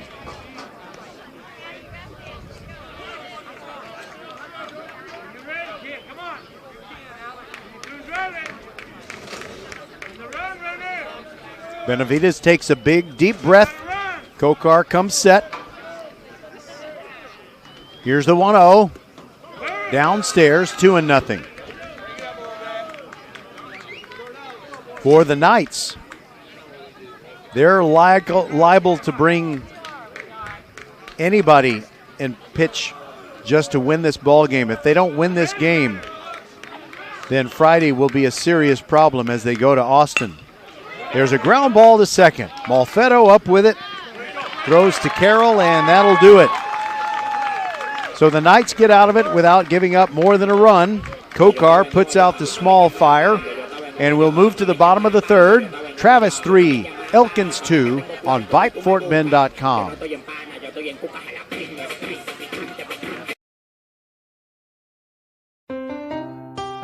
Hey, Becky G, can you play your next hit? I will, as soon as it's released. But I've got another big hit for you. Did you know that with Xfinity Internet, you get fast, reliable speeds to fit your needs and budget? Oh, that's nice. Even Wi-Fi speeds faster than a gig to power all your devices. Best of all, you could save up to $400 a year on your wireless bill when you add Xfinity Mobile. It's official. That's a hit. Hey, we're on the radio. Now everyone can get the best value with Xfinity. Can your internet do that?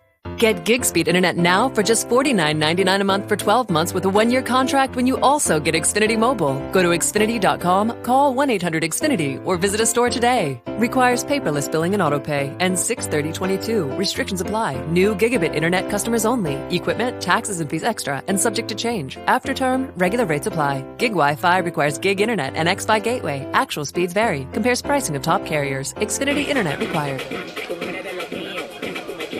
Tonight's exclusive VypeFortBend.com broadcast of this game between the Travis Tigers and the Elkins Knights is brought to you by Xfinity, the future of awesome. By First Tire and Auto, 4 great Fort Bend County locations, where you can get the best prices on tires. You get great service, anything your vehicle needs to run at its very best. All 4 locations open Monday through Saturday.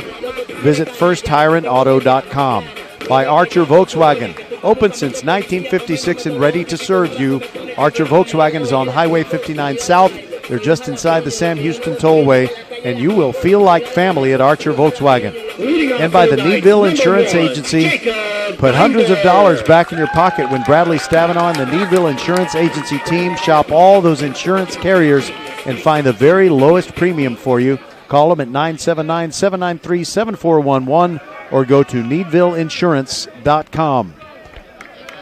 Parker Whitty out there dealing to Jacob Binder, and the first pitch is too high for anybody to catch. It slipped out of his hand, and it's 1-0. Jacob Binder, then Adam Wade and Sean Kokar. Binder reached on an error and scored in the first inning.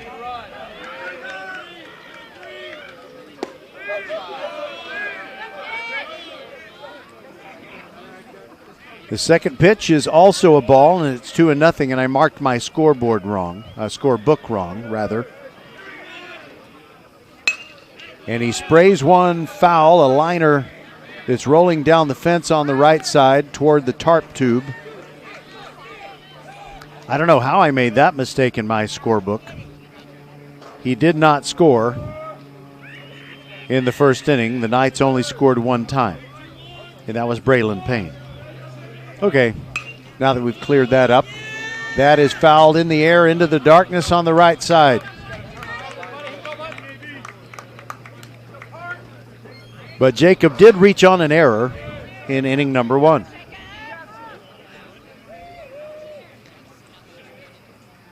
Whitty gets the sign he wants from Shimon. Roxanne fires outside, and the count now moves to 3-2.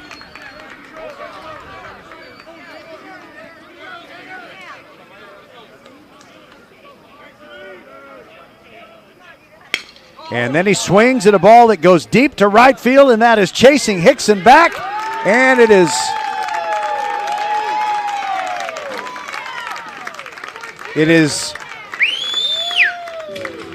caught out there. Nice catch. It was in the darkness. I wanted to make sure, but Binder gave it a ride, but is just allowed out. Nice catch by Hickson.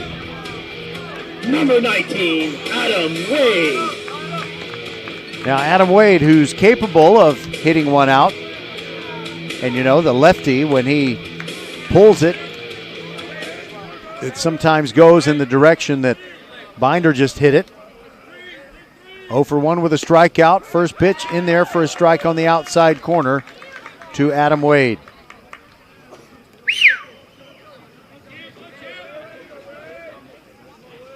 Four homers on the year, a triple, 2 doubles, swings and fouls one back onto the football practice field, where I saw some Elkins players and head coach Dennis Brantley and his football staff walking off the field as I drove up. Wade crowding the plate. Here comes the 0-2. Down and in. I mean, he really crowds the plate. He's very consistent about that. I think he came out of the womb crowding the plate. Here's the 1-2. And he fights that one off near the Elkins dugout. Clears a couple of players out of there. Wade adjusts the Velcro on the batting gloves. Steps back in there. Ready for a 1-2 pitch from Parker Whitty. It's 3-2. Travis on top with Elkins batting in the bottom of the third. Pitch on the way. Hit hard to shortstop, and it is off the glove of Alamo and into center field. Wade with, well, I guess we're going to have to give an error to shortstop J. Isaac Alamo. I don't like to do that, but I just think it's the correct call. I was going to close the book on Adam Wade, but there's something that is down, and I need it to be up. But I can't really tell you anything except how many hits Adam Wade allowed. He gave up 3 runs on 4 hits. And he's on the hook to be the losing pitcher right now, but there's a long way to go, of course. And here is Sean Kokar with Wade running off of first base. There goes Wade, swinging a miss at a curveball. Throw down, bounces in, and it is not held by the second baseman, Blaylock. So Wade would have been out, but as his arm made contact with the glove, the ball came out. So the stolen base for Wade puts him in scoring position. And I'm sure right now you're asking, what is the average that Sean Kokar has with batters and runners in scoring position? Well, it's .250. Opportunity is knocking for him now. Trying to tie up this game. Pitch, and Kokar takes down and away. That first pitch was swung on and missed, the one on which Wade stole second, so it's now 1-1.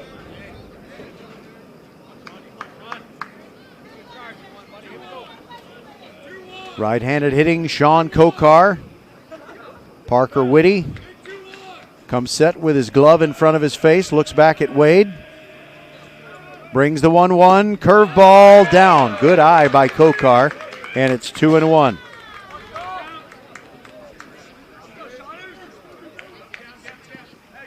Kokar taps the outside corner with the barrel of his bat.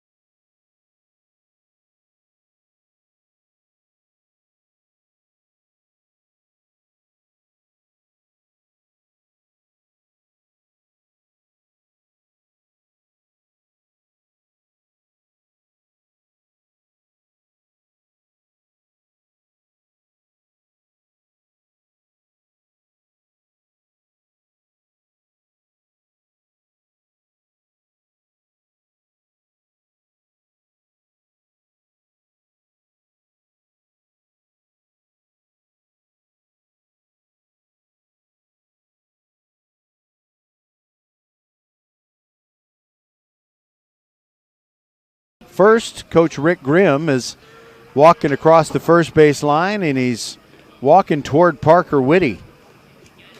I wonder what he's going to do here.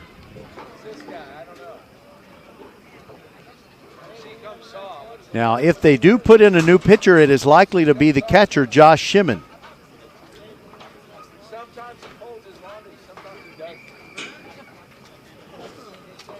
It's a long talk at the summit of the pitcher's mound with Rick Grimm and Parker Whitty. I don't know that Coach Grimm is necessarily going to make a change. I think if he was going to, he would have sent Josh Shimon to the dugout to take off the catcher's gear and would have done that already. All right, Grimm has said his piece. There are 2 outs. Dixon batting with a runner at second. That's Adam Wade. In a 3-2 game, Travis on top.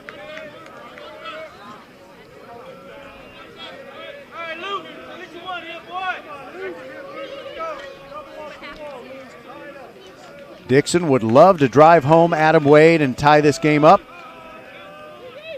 Whitty looks back at second, brings it. Breaking ball, outside corner, strike 1.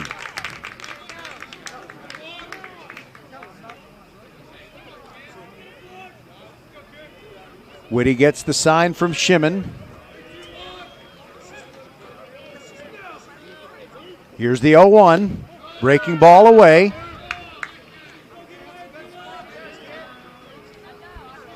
Shimon looks over at the dugout, gets the sign, relays it to Whitty.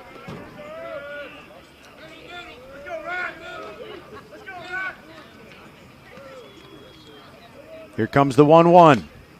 Swung on and a tapper foul. Got a piece of a breaking ball and it rolled over by the on-deck circle on the Knights side of the field.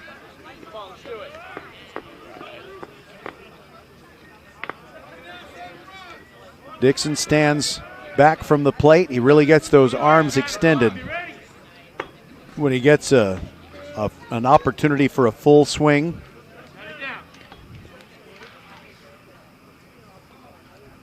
Wade made a move toward third. Now he's just kind of running side to side out there, and Whitty just steps off. Now we're ready to do it again. Blaylock trying to sneak in behind Wade. Here's the 1-2. Called strike 3 on the outside corner. Dixon can't believe it. He's yelling, but he's running away from home plate so as not to be heard by the umpire. And that's how the third inning ends. Elkins still down, but only by 3-2. We'll continue on Vype, FortBend.com. No runs, no hits, one error, and one man left on in that bottom of the third. We'll be back.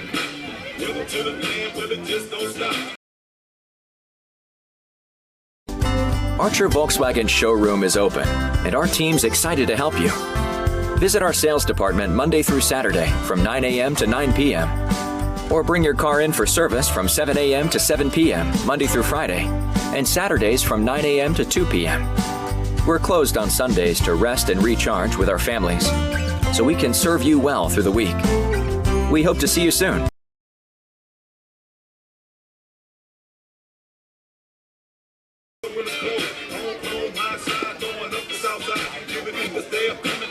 All right, fans, especially you Travis fans, you will want to hear what I'm about to say, and that is that on Thursday, when your team goes to Cinco Ranch and plays Game 1 of its softball series against the Cougars, we will have that for you live on VypeFortBend.com, 6 o'clock first pitch from the home of the Cinco Ranch Cougars. So we'll have Game 1, and we kind of live day to day when we get into the softball postseason, especially the next week when the baseball postseason kicks in. So on Friday, we know we're going to have baseball between Ridge Point and Travis. That's a 4 o'clock game. And what will we have in the evening that day? Well, I think we might have, well, hold on. All right, here we go. Kokar still on the mound for Elkins, and he works to Luke Donham as we begin the top of the fourth. Donham 0 for 1 with a second inning strikeout.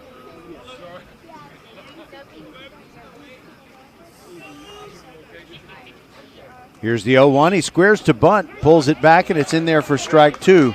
Donham is a player who his coaches really thought would be on the JV this year, but he's hitting .333 and just playing better than they ever thought he would, so they couldn't take him off the varsity, and here he is batting in the 9th spot. Donham ready for the 0-2, curveball high.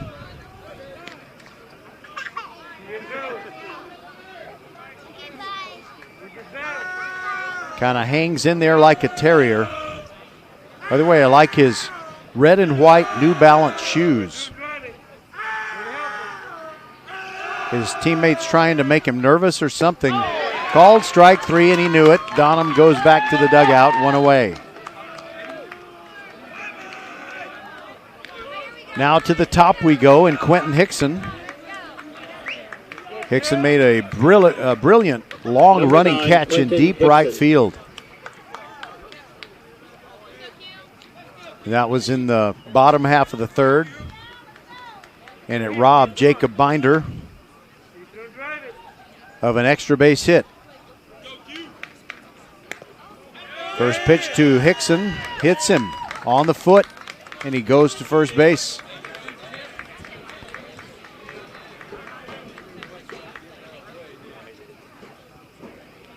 So a base runner at first with 1 out, and now Stephen Brown, who struck out twice.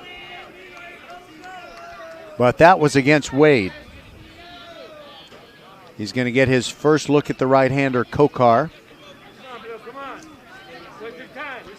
And Brent Schmidt, head coach of the Knights, wanted to talk to the home plate umpire. I was thinking maybe he was suggesting that perhaps Luke Donham had maybe stuck his foot in front of that pitch. But his complaint falls on deaf ears, and Donham will be at first. Now Hickson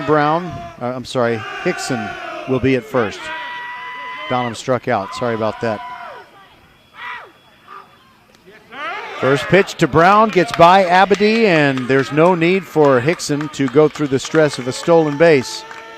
He gets from first to second on, I don't know if I should call that a pass ball or a wild pitch. I'm going to go wild pitch. So an insurance run is at second base for Travis, which leads 3-2.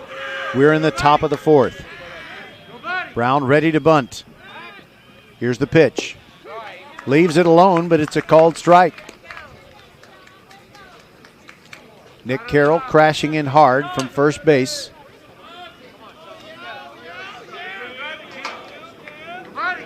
He's probably about 60 feet away from home plate as Kokar comes set. And he looks back at Hickson, who dives back to second, and nobody there.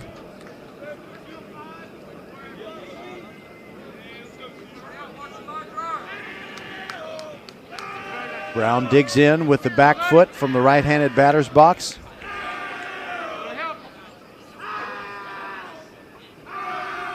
Here comes the 1-1.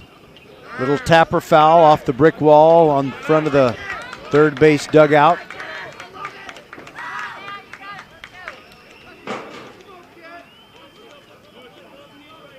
Some baseballs delivered to the home plate umpire. Abedy took a moment to go out and talk to Kokar. It's 1-2 as Kokar works to Stephen Brown.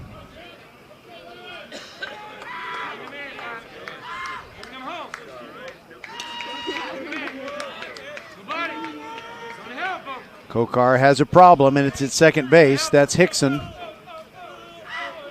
Pitch on the way, breaking ball, ground ball, Binder scoops it, and it bounces off his glove. Late throw, safe.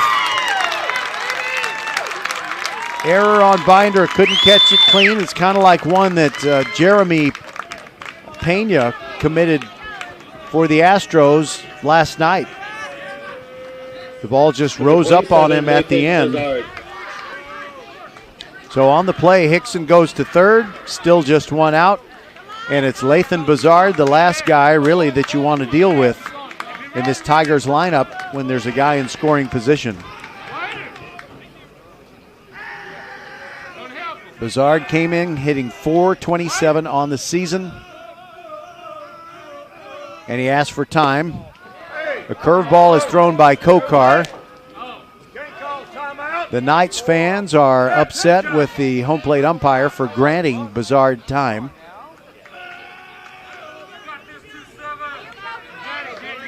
Runners at the corners, one out. Travis already leading 3-2. Hickson leading off of third. Here's the first real pitch to Bazard. On its way. Breaking ball down, and it's 1-0.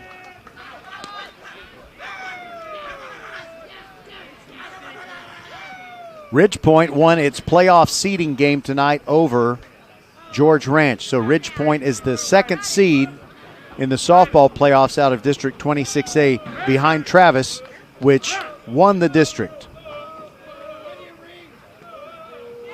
Here's the 1-0 to Bazard. Strike on the outside corner, evens the count 1-1. Ridgepoint got a dramatic comeback win over the Lady Tigers on Friday night, which we broadcasted for you. However, Travis had already clinched first place in the district, so they're the top seed. That's why they're playing Cinco Ranch in the series that starts Thursday. Bazard sends it down the right field line, twisting toward the pole. It is deep, it bounces, and it one-hops the wall. Here comes Hickson to score. It is 4-2. Throw comes into Abedy. Nice throw from Malfetto, and it keeps more than one run from coming home. but Travis has extended its lead to 4-2. Stephen Brown goes to third, and you got Bizard, who stops at first base. It's a pretty long single. I heard "Let's Go Alamo." If you've ever been to El Paso and been there a few days and watched local TV, they've got this auto parts store called Alamo Auto Supply, and they say, "Gotta go to Alamo." It's a great, very catchy jingle. Anyway, there's a pop-up, short center field. It is Payne moving over. He makes the catch, and a strong throw home, and it's not going to get the runner.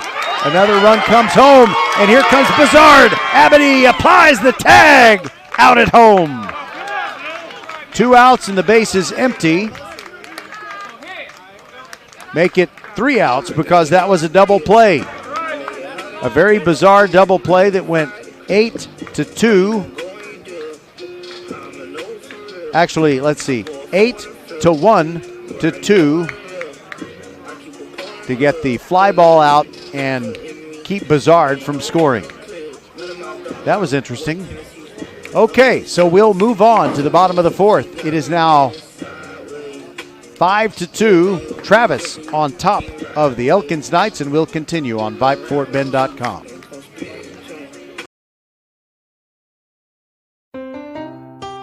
Hey, Becky G, can you play your next hit?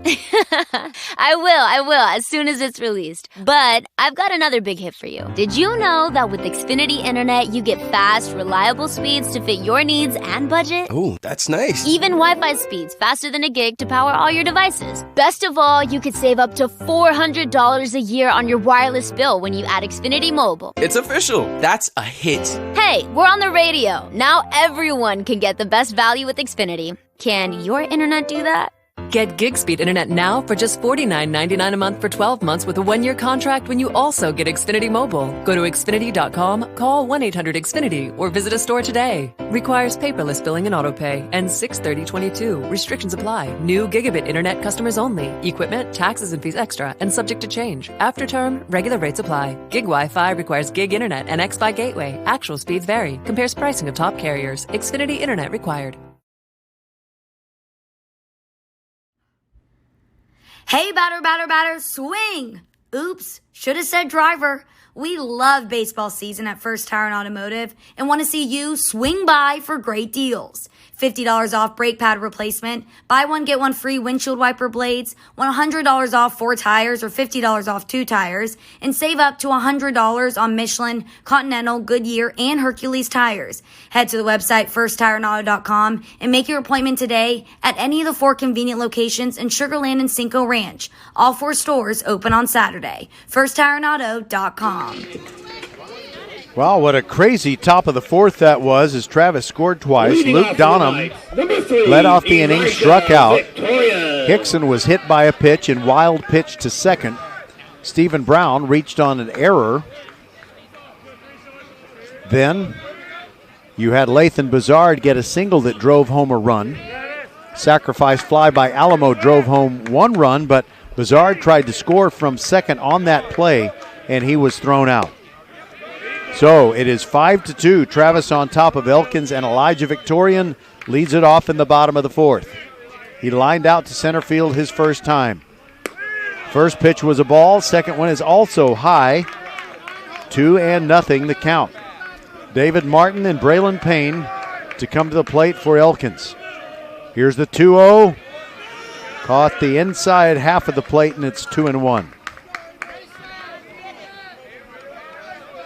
Parker Whitty has gone all the way on the mound for Travis, and that is a ground ball fair inside third off of Bizard's glove, and Victorian motors into second.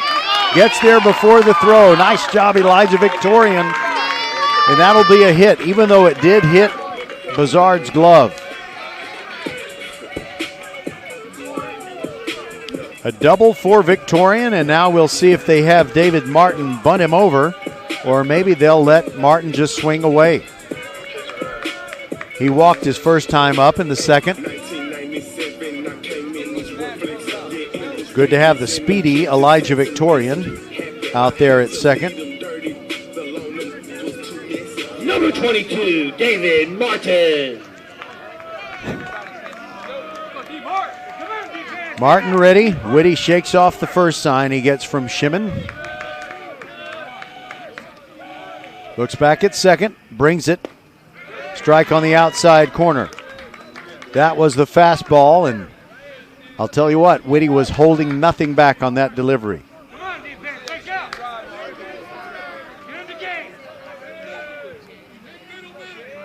Shimon comes set, looks back at Victorian.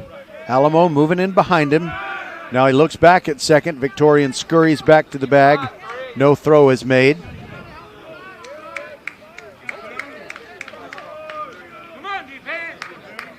Martin moving the bat around behind his head. Whitty takes a deep breath and brings the 0-1. Swung on and missed. Change up, pulled the string on him. And now Martin is down 0-2.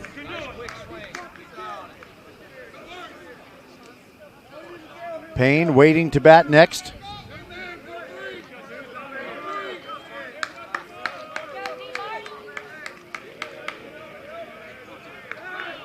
The 0-2 will have to wait as Whitty steps off and Victorian goes back toward the bag, doesn't step on it.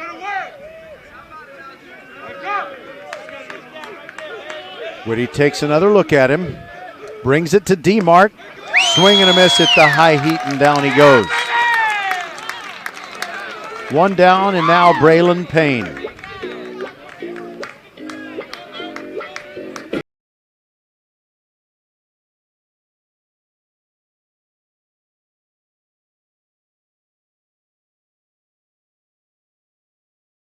And Payne has the team lead and 2 out RBIs. Well, why am I saying that? There are not 2 outs. He does have a batting average of .682 with runners in scoring position. First pitch to him, big swing, and it's fouled straight back. Payne singled, scored, stole 2 bases and scored in the first, and he had an RBI double in the second inning.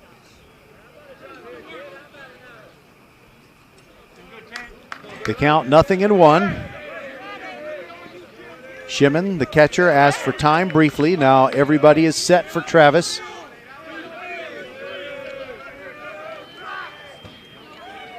The pitch to Payne. Outside, 1-1. Just a sophomore, Braylon Payne.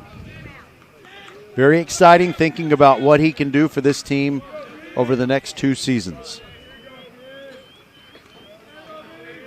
1-1 the count. Whitty looks back at second. Victorian goes back to the bag, but no throw is made. Roger Smith, along with the silent partner, producer extraordinary, Les Clary, in the mothership, Vype World headquarters. Here comes the 1-1. Hard ground ball into right field for a base hit. Here comes Victorian around third. He is headed home. The throw is late. He scores, and Payne keeps going around second, and he goes to third, slides in safely. Should have been just an ordinary single, but Braylon Payne, with his lightning speed, takes second on the throw and realizes that the ball wasn't caught cleanly. It was kind of rolling around on the infield dirt, and he just kept going. So he's at third with 1 out, and it's 5-3.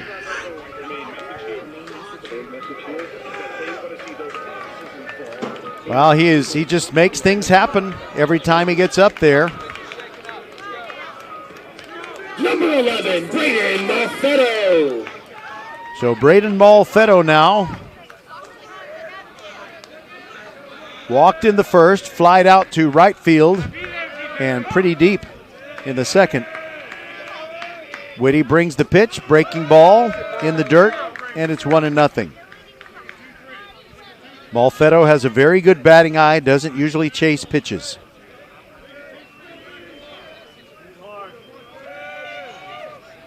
Whitty comes set. Payne taking a short lead off of third. Here's the 1-0. In there for a strike. Curveball and a beauty. Shimon's a very good catcher, but there's a lot of pressure on him right now when Braylon Payne is leading off third. Here's the 1-1, and it gets by Shimon. Here comes Payne, and he will score. And now the return throw, Shimon threw thinking that Whitty was expecting it, and he hit him up around the neck. It didn't get him in the throat, and Shimon is going over there, and you know he is very sorry to do that to his pitcher. He's talking to him right now. And I think Whitty, there's no reason he won't be able to continue, but the trainer is going to come out of there and just ask him where the ball hit him. Actually, he moves away from the trainer. Wow, what a ball player. Too tough.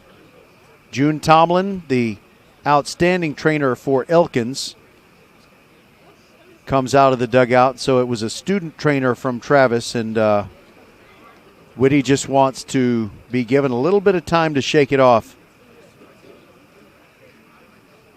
And I think that I see Ms. Tomlin, the trainer from Elkins, explaining to the student trainer from Travis that the ball got him beneath the collarbone. So it hurts, but it's not nearly as bad as getting, hitting the Adam's apple. Now that would be devastating. But that run by Payne makes it a 5-4 game. And he came home on a wild pitch.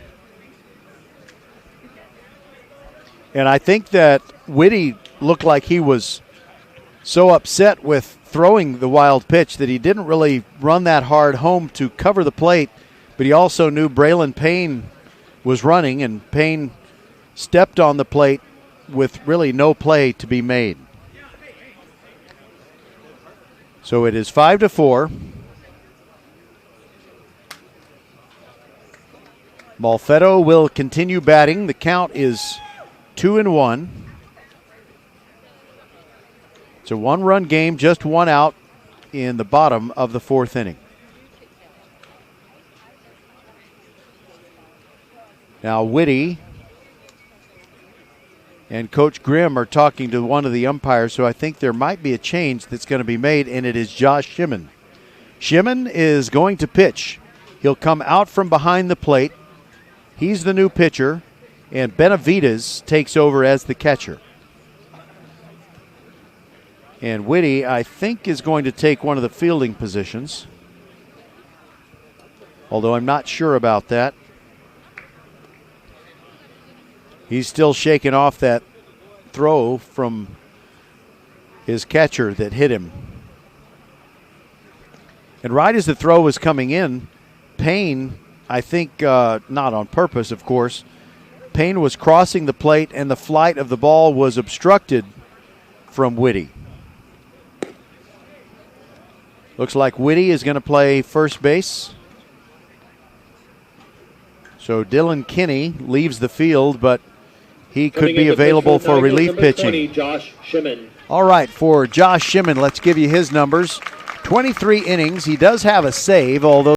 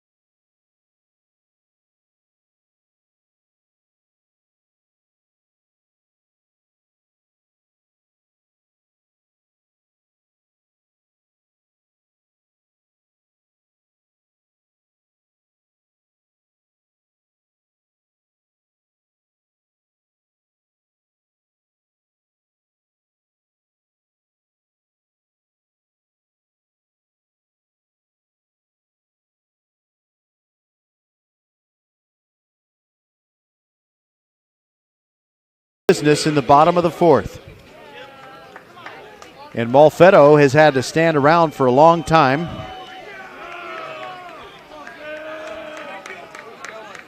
And he's facing another right-handed pitcher. Like I said earlier tonight, Travis's entire varsity roster is only right-handed throwers.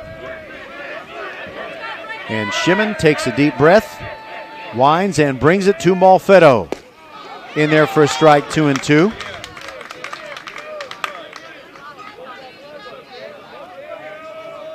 Shimon with a live arm, as you might expect from a catcher. Doesn't throw junk, he throws heat. Here comes the 2-2.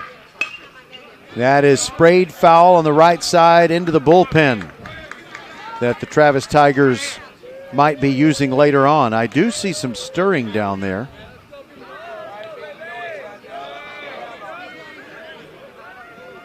Malfetto steps out, now back in.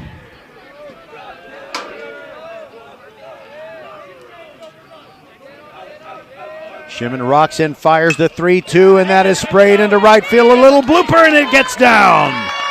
Braden Malfetto. So he has walked, flied out, and now singled to right field. And you know, sometimes you need a bloop and a blast. Sometimes that'll do the trick, and Logan Abedy is capable of hitting the ball out of the ballpark. But let me double check. I don't think he's done that this year.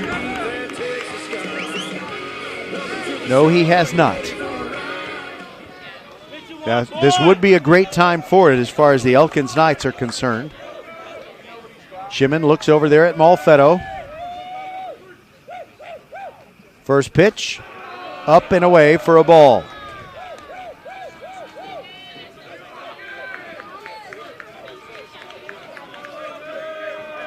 This would be a good test of Benavides, who just came in at catcher. Shimon brings it, and that's way wide, and Benavides shows that he knows how to slide to his right and make an emergency save. That could have gone to the backstop, and Malfetto could be parked at second by now. Benavides, very nice play. 2-0 the count, and now a throw over. Malfetto is back in with the right hand. Almost caught him leaning.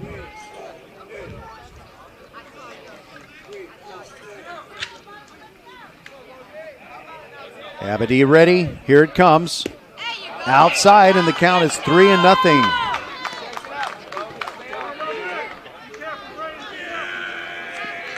Coach Schmidt might very well trust Abedy with the green light on 3-0, but only if it's really good. Here comes the 3-0. Upstairs, ball 4. Abedy fired up as he makes his way to first. So that means the tying run moves into scoring position in the person of Braden Malfetto. Still only one out. Abedy leaves the field, and he's replaced by Daniel Lopez, his backup at catcher, and the guy who runs for him on many occasions. And now, Jacob Binder. Jacob Binder. Great opportunity for Jake as his brother Joseph is in the ballpark. Reached on an error, flied out to right field. Facing Shimon for the first time, righty versus righty. Here it comes. And that is lined into right field. Beautiful Oppo base hit, and they hold Malfetto at third. Respecting the arm of Quentin Hickson in right, and also the fact that Binder just hit it so hard.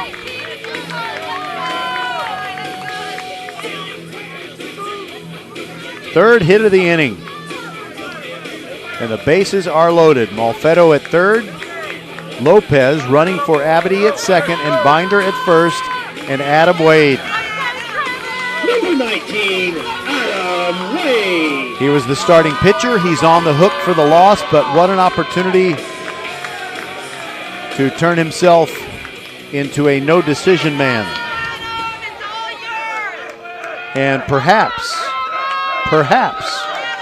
turn Kokar into a winner. Here's the pitch.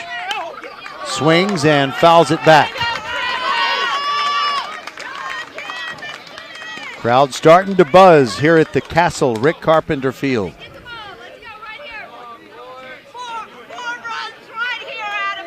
Did you hear that? 4 runs right here. That's a lot to ask. But he can hit it out. Here comes the 0-1. Curve ball down. 6-6 Adam Wade. Takes the big deep breath. Shimon ready to bring the 1-1. Here it comes. And that is into center field. Will it drop? Yes, it does. Malfetto will score. He had to hold up, so only 1 run comes in, but we are tied. Run scoring single for Adam Wade.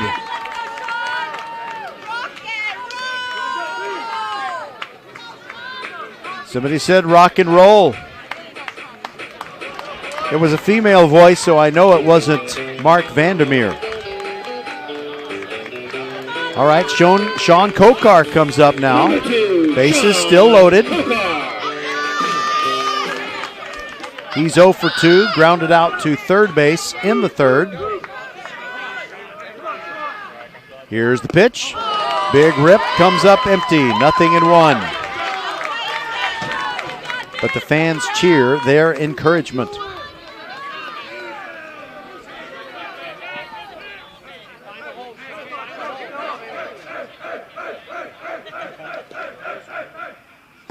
There's a pitch down and in from Shimon. Benavides makes a nice catch. It's 1-1. Shimon is going from the windup with the bases loaded. Lopez is the runner at third. He would be the go-ahead run. Just outside to Kokar, and it's 2-1.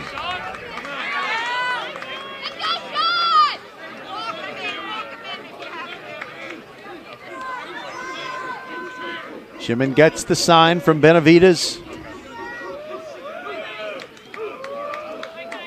Looks over at third, and now Kokar got tired of waiting. He asked for time, and it was granted.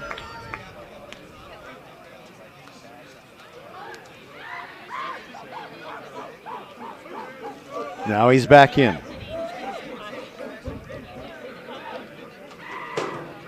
Shimon ready to bring it. Here it comes. Outside, 3-1. No place to put Kokar, and Shimon's got to put it in the strike zone, or Elkins will lead without having to put the ball in play. 3-1 on the way. And it is high for ball 4. Another run comes in. Lopez steps on home, and the Knights lead it 6-5.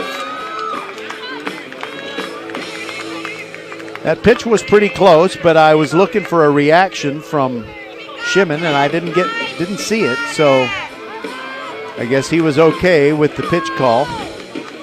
Showed a lot of maturity, though. Coach Grimm is coming out of the dugout again for Travis.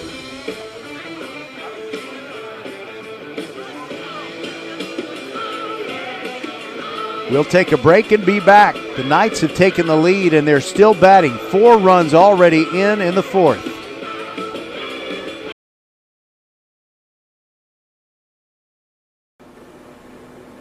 Hello fans, this is Bradley Stavanaugh with Needville Insurance. We know Fort Bend County. I'm a 4th generation resident of Fort Bend. I'm your local, hometown, trusted agent. With over 30 carriers and 9 auto insurance carriers, we shop the insurance for you. We know insurance is hard. We know it's complicated. We make it easy for you. We have Spanish speakers here available for you. Call us at 979-793-7411 or needvilleinsurance.com. Once again, call us 979-793-7411. Archer Volkswagen showroom is open, and our team's excited to help you. Visit our sales department Monday through Saturday from 9 a.m. to 9 p.m. Or bring your car in for service from 7 a.m. to 7 p.m. Monday through Friday, and Saturdays from 9 a.m. to 2 p.m. We're closed on Sundays to rest and recharge with our families, so we can serve you well through the week. We hope to see you soon.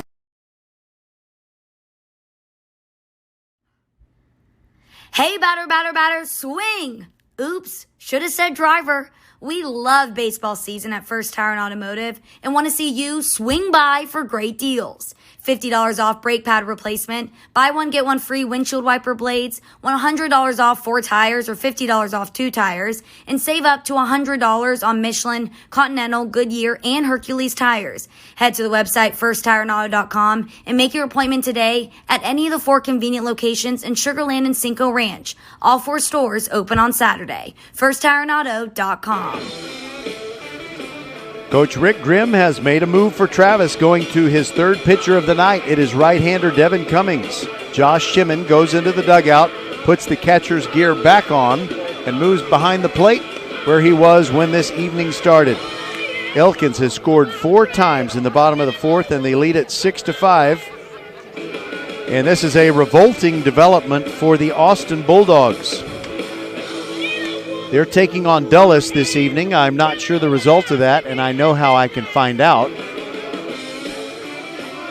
But if Elkins wins this game, that means that Austin is mathematically eliminated from playoff competition. And it will help us make our decision about what game we do on Friday night. Dixon. You know, we're going to do the Friday afternoon game, Ridge Point and Travis. We're going to do that game no matter what. Starts at 4, and then we'll probably have to join a game in progress on Friday. But Travis fans, be aware that we will bring you your girls in their first round playoff game, game 1 of 3 on Thursday at 6 p.m. as they take on Cinco Ranch. Travis, the top seed in District 26A. Okay, here we go. First pitch swinging, Luke Dixon bunts it back to the pitcher. It was a squeeze play, and it works perfectly. The Knights score to make it 7-5. Out at first as Binder came home. You really count on a player to come through, and you just kind of pray it's not a pitch out. Dixon, great job there. And he was the 9th hitter to come to the plate here in the 4th inning. Number 3, Elijah Victorious. So that's the 2nd out. There are now runners at 2nd and 3rd as Binder just came home. And there's a slow roller toward short. Alamo scoops it, fires on the run, too late, and another run scores as Adam Wade comes home. How about that as Victorian motored down the line, and it's an infield hit. Hit slowly, just like he needed it to be. Number 22. And with 2 outs, the train continues to roll. Now it's David Martin. He has a walk and a strikeout tonight. Devin Cummings shakes off the first sign from his catcher, Shimon. And there's a ground ball right back to Cummings. He runs halfway to first, underhands it to his man Whitty over there, and that'll do it for these Elkins Knights. But they score 6 times, and they lead at 8-5. We'll continue on VypeFortBend.com. Travis has a big comeback to make.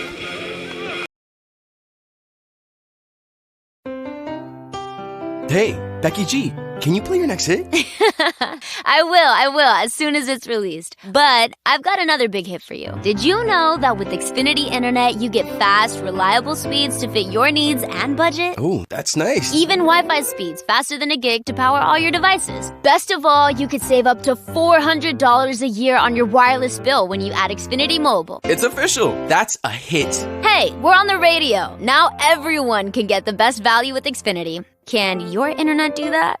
Get gig speed internet now for just $49.99 a month for 12 months with a 1-year contract when you also get Xfinity Mobile. Go to Xfinity.com, call 1-800-XFINITY, or visit a store today. Requires paperless billing and autopay. Ends 6/30/22. Restrictions apply. New gigabit internet customers only. Equipment, taxes, and fees extra and subject to change. After term, regular rates apply. Gig Wi-Fi requires gig internet and Xfi gateway. Actual speeds vary. Compares pricing of top carriers. Xfinity internet required. Hello fans, this is Bradley Stabenow with Needville Insurance. We know Fort Bend County. I'm a 4th generation resident of Fort Bend. I'm your local, hometown, trusted agent. With over 30 carriers and 9 auto insurance carriers, We shop the insurance for you. We know insurance is hard. We know it's complicated. We make it easy for you.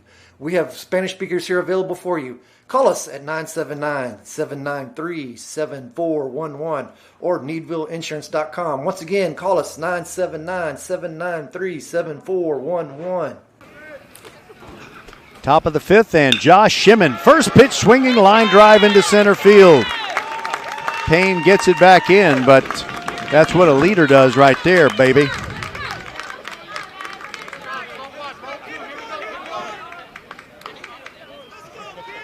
All right, so Shimon is on, and now Parker Whitty is due. Yes, the only left-handed hitter.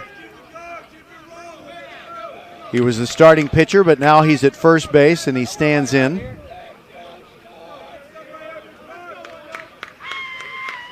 The right-hander Kokar brings it. Breaking ball just missed Whitty. Kept breaking and breaking toward Parker, but he backed out of there. Whitty to be followed by Jaden Blaylock. Thursday night, 6 o'clock, Travis girls, first round softball playoffs, game one of a 3-game series against Cinco Ranch. And we'll bring it to you at 6 o'clock. That one is at the Cinco Ranch ballpark. Then on Friday at 4 p.m., we'll have Travis against Ridgepoint in the baseball season finale. And we'll do something else Friday night. I'm just not sure what it'll be. It might be a Ridgepoint softball game that we would join in progress. They'll be playing Seven Lakes. Ridgepoint will. Curveball is high to Whitty, and the count 2-0. Yeah, I think I've just made my decision. On Friday evening, we'll do the Ridgepoint softball game against Seven Lakes at 6 o'clock, or joined in progress. There's a strike in there, a curveball from Kokar, and it's 2-1 on Whitty. Elkins has taken an 8-5 lead. This game is now in the top of the fifth. Nobody out. Josh Shimon is the runner at first base. Whitty ready for the 2-1. Kokar brings it. Shimon bluffs a go, but goes back. And the pitch is a strike, 2-2.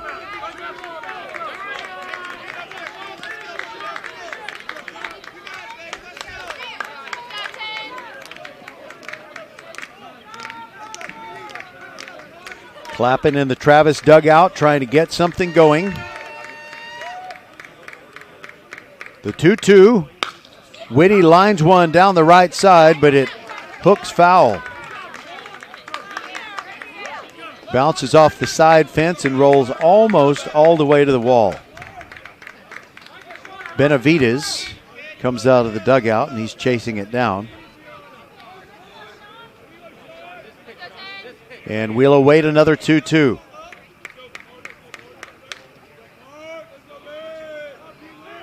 And hold on. Whitty got tired of waiting, and he asked for time.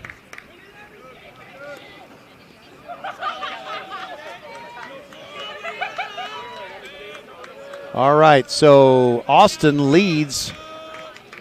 Hold on a second. Leads Dulles 4-0 in the seventh. Here's the pitch, and it's outside, 3-2 as Kokar works on Whitty. If he walks Whitty, then you've got the tying run coming to the plate.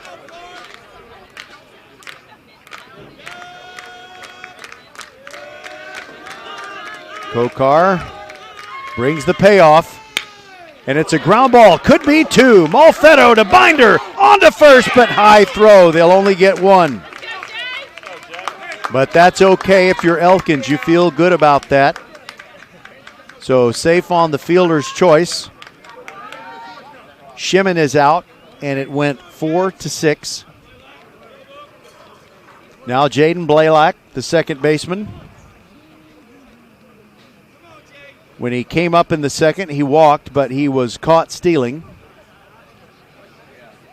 And he struck out in the third, and now Kokar is going to go back and talk to his middle infielders, Binder and Malfetto, shakes their hand, saying thank you for getting the out there.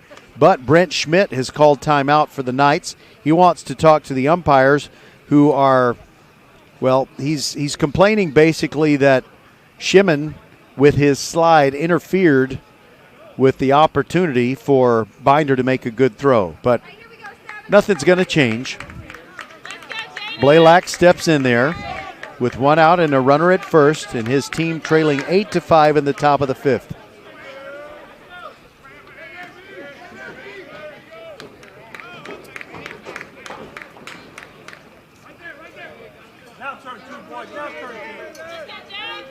Kokar is the second pitcher for Elkins.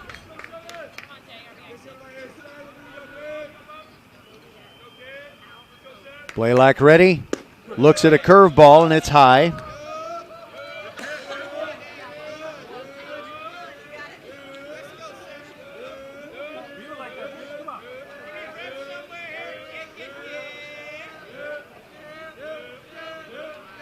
Here comes the next pitch. Breaking ball inside, 2-0 now. And now they throw over to first base. And they pick off the runner. Jay Parker Whitty wasn't paying attention and he got picked off.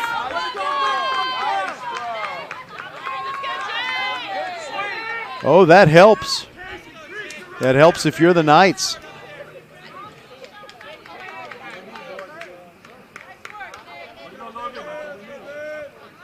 And now Blaylock batting with 2 outs and the base is empty, and he yanks one foul on the ground on the left.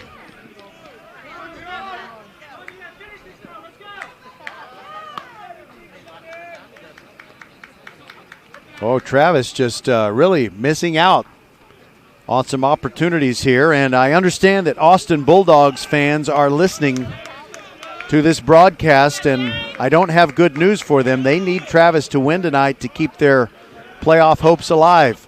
Kokar pitches one down and out. And by the way, Dogs fans, if you're saying that I did a poor call of the last minute and a half or so of this game, it's because I've been texting Mark Sherman. So I looked down and a guy got picked off, and I can't really tell you exactly what it looked like. My bad. Okay. Meanwhile, a strike to Blaylock. It's now 3-2 with 2 outs. Kokar from the stretch always. The right-hander brings it. And that's a line drive into center field for a single. So if Travis had not shot itself in the foot in this inning, they might really have something going. But what they have is a 2-out single.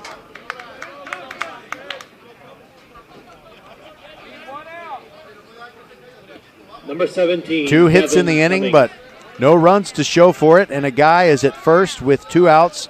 And now Devin Cummings, who is the pitcher currently for Travis, comes up. Kokar brings him the first one. Outside, ball 1. So if Travis can come back and win this game, Elkins has to go to Austin on Friday night, and it could be a playoff spot decider.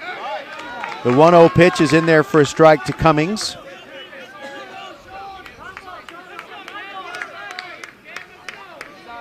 So a lot of interest in this game besides those who root for Elkins and for Travis. Here's the 1-1. Little tapper off the leg of Cummings, just a foul ball. Kokar throws to first base for no reason. And Cummings, I don't think it hurts too bad. It's not like he put his foot in a beehive, but he does need to walk it off a bit. He likes to wear those socks high. I kind of like that look. They're not the stirrup socks. They're just the solid color. Scarlet from ankle to the top of the calf. But enough about fashion. Ready for a 1-2 pitch. Cummings with a deep crouch in the right-handed box. Kokar brings it. Breaking ball served down the right field line, and it is in and out of the glove of Carroll in foul territory. Nick Carroll should have caught that. Oh, my goodness. You will never catch a more feathery, soft line drive than that, although the thing is it had so much spin on it. So it spun out of his glove. So what will Cummings do with this extra opportunity? It's still 1-2 now. Kokar brings it. And the pitch gets past Abedy. So Blaylock takes second.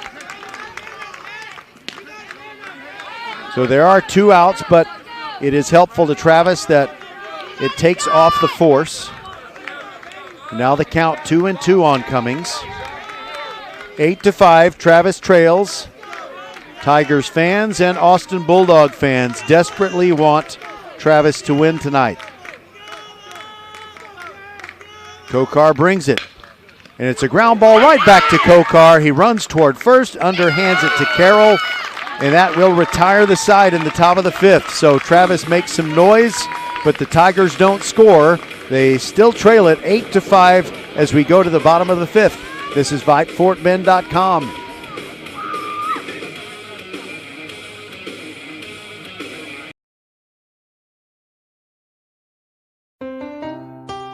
Hey, Becky G, can you play your next hit?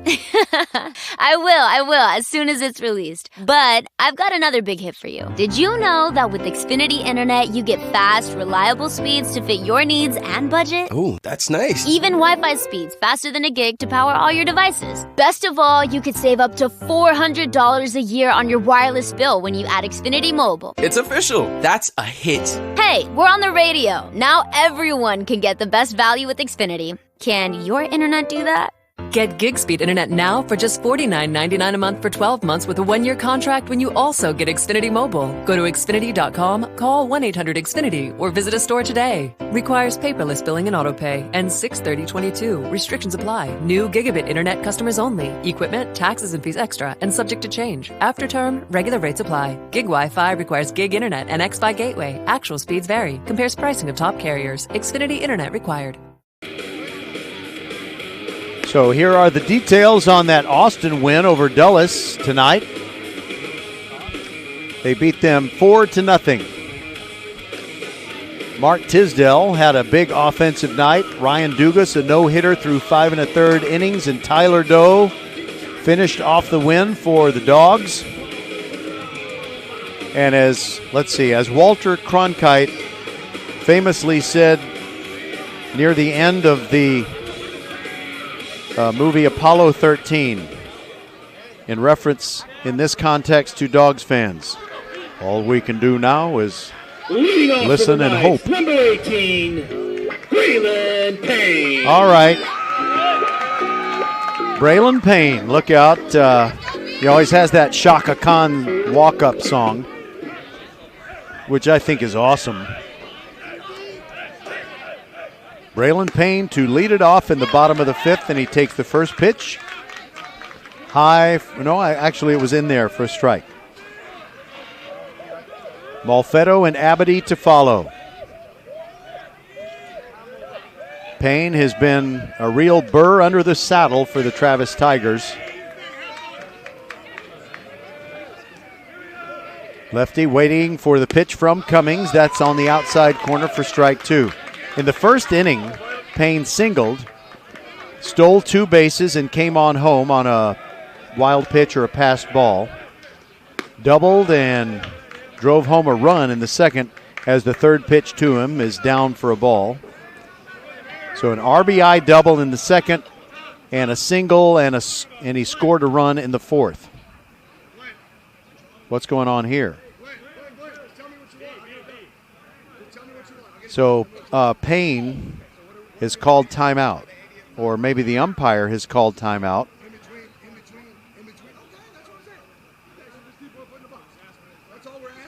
Okay, so the home plate umpire wanted Braylon Payne to keep 1 foot in the box, and assistant coach Abe Arguello kind of came over and took control of the situation.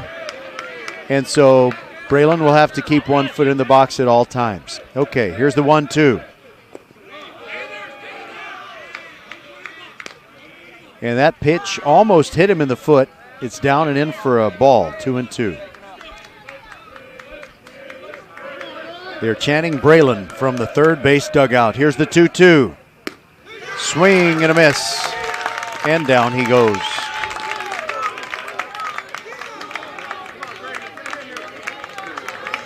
One away, and now it is Braden Malfetto. Number 11, Braden Malfetto. Walked in the first, hit the ball hard to right field in the second, but it was caught, and he singled and scored in the fourth when the Knights got 6 runs. First pitch is way up, 1-0. This is a late game, so here's the 1-0 in there for a strike, 1-1 on Malfetto. So the Austin Bulldog fans are all done with their game against Dulles, and they might want to drink some coffee while they listen to the rest of this one. We could be playing for another hour. Pitch is fouled back, and it's 1-2.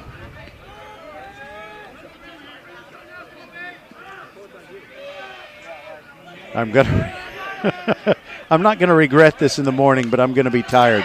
Another foul back into the screen. Malfetto so good at just keeping an at-bat alive.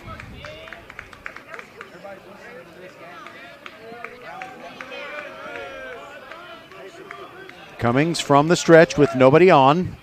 Breaking ball down and in. It's 2-2.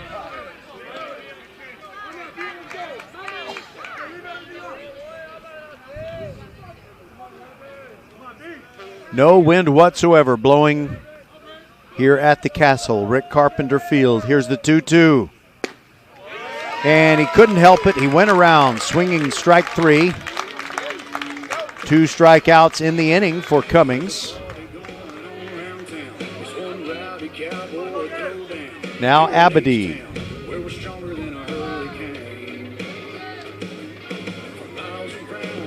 Number 13, Logan Abedy. And I know that Cummings would very much like to retire Abedy. You don't want to bring Binder up with someone on. Curveball in there for a strike. Abedy started to pull the trigger, but did not.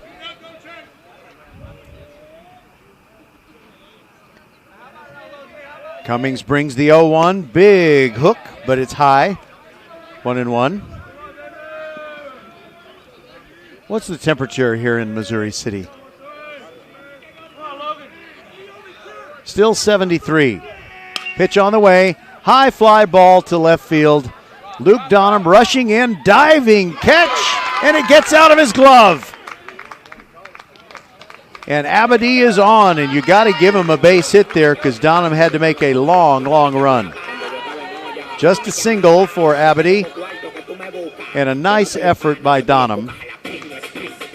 But here is Binder. Abedy comes off the field, and Daniel Lopez ran for him last time. Will it be Lopez again?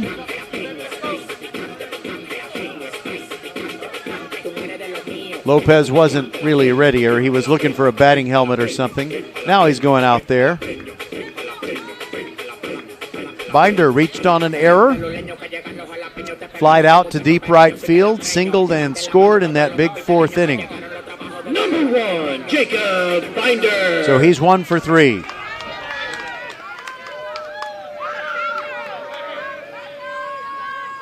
Cummings with a cap pulled down over his face. We've been playing almost 2.5 hours. And we're in the bottom of the 5th. For those of you in Rio Linda, you play 7 innings in Texas high school baseball. Pitch to Binder, watches that one bounce in. Nice block by Shimon. Keeps it in front, and Shimon asks for time. And the umpire is walking out toward the mound. I'm not sure why. One of the fans said, "What's the problem now?" And I'm kind of wondering. Maybe he just wanted to check the baseball because, well, it hit the front of the plate, you know, that kind of 45-degree angle, 3/4 inch black ribbon around the plate. Not ribbon, that's not the right word. But sometimes when a pitcher basically spikes one trying to get a guy to chase it, sometimes it hits the front of the plate. but I don't know why we would need to switch baseballs. The 1-0 pitch is a strike on the inside corner at the knees, and Binder with a look of skepticism. Little one-way shake of the head. There's a throw over, and Lopez dives back in.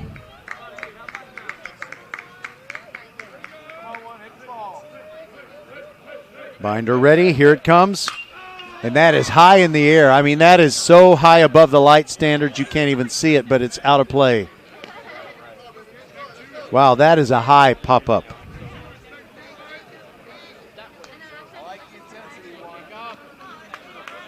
The light standards should be higher at high school baseball fields. So high, so many times the ball will go up above the lights and you can't see it. Here's a 1-2. Nice spoil by Binder. He swung at one up out of the strike zone, but he couldn't afford to take the risk of getting called out on strikes. And it's still 1-2. Very quick bat for Joseph Binder. Here's the 1-2. Breaking ball, called strike 3, down he goes. And Cummings strikes out the side in the bottom of the 5th, but the Travis Tigers only have 2 more offensive innings to try and overcome this 3-run deficit. We'll be back on VypeFortBend.com. It is 8-5. Elkins on top as we go to the 6th.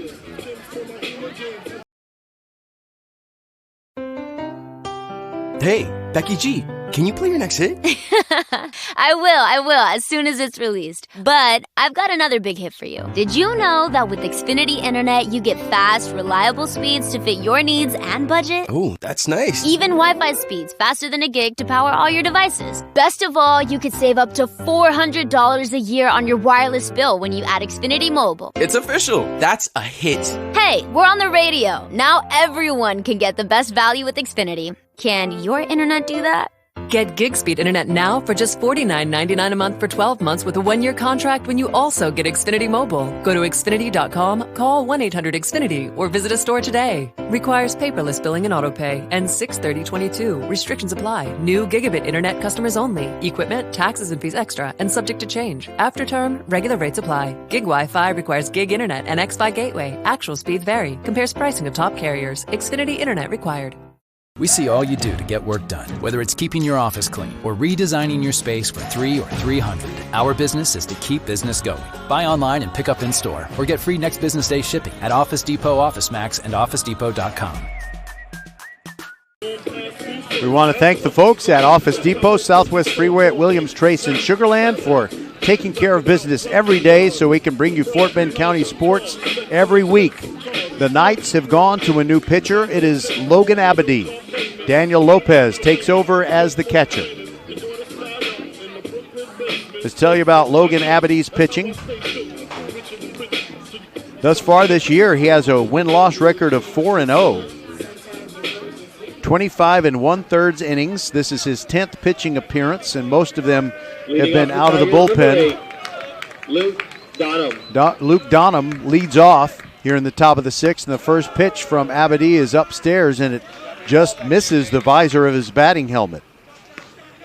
21 hits allowed in those 25 1/3 innings, 10 runs, 5 of them earned, 8 walks, 29 strikeouts, and an ERA of 1.38. Donham squares to bunt, lets it go, but it's called a strike, 1-1. The whip for Logan Abadie, 1.15, and opponents batting .219 against him. Here's the 1-1. Pitch might have been high, but swung on and fouled back by Donham.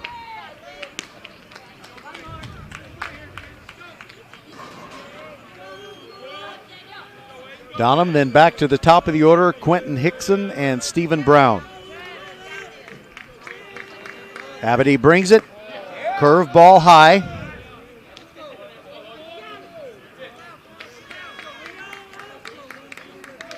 Two and two the count.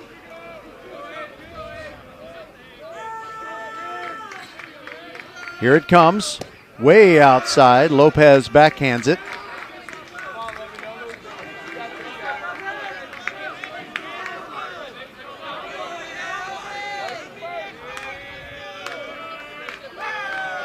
Abity from the stretch all the time. 3-2 pitch popped up on the infield and foul ground, but I think it's going to get out of play, and it does.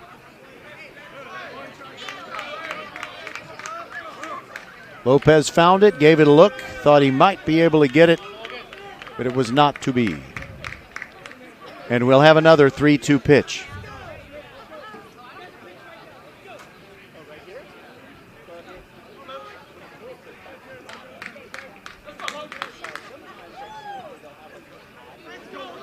Travis fans and their players just realize that if they lose this game tonight, then the game at 4 o'clock on Friday afternoon against Ridgepoint will be of little consequence. Fly ball down the right field line, twisting toward foul ground, and it lands in the grass. A long run by Kokar, but he couldn't get there. And it'll take a while to get back to those spots. So that's kind of the reverse. You know, if Travis does not come back and win this game, it's kind of the reverse where Ridgepoint went to Travis for the final game of the softball season, knowing that the Tiger girls had already wrapped up the district title. Ridgepoint won anyway. And now they're the 2 seed because they beat George Ranch tonight. There's a one hopper to deep short. Binder picks it up, throws with the wrong foot, and got him! Oh, what a play! Binder from deep short somehow got enough on that throw to throw out the runner, Donham. Oh, my goodness.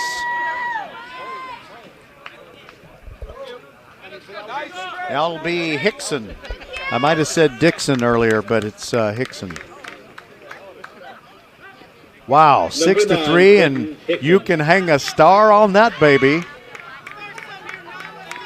And the Austin Bulldogs' hopes took a gut punch on that great play by Binder. Now the first pitch to Hickson, ripped at Binder. He one-hops it, throws in time. 2 away.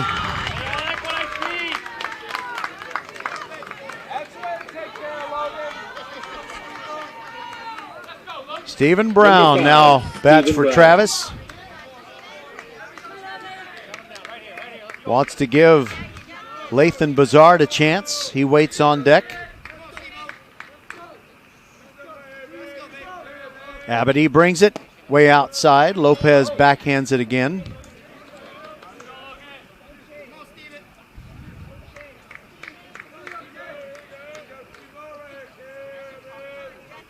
Abity comes set.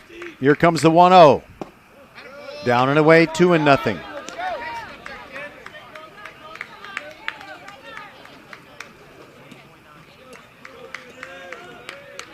Righty versus righty. Abity doesn't waste any time. Throws a fastball on the outside edge. It's 2-1.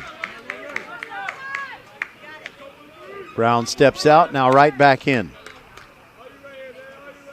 Here's the pitch. Called strike, it's 2-2. Brown didn't think so. It might have been low.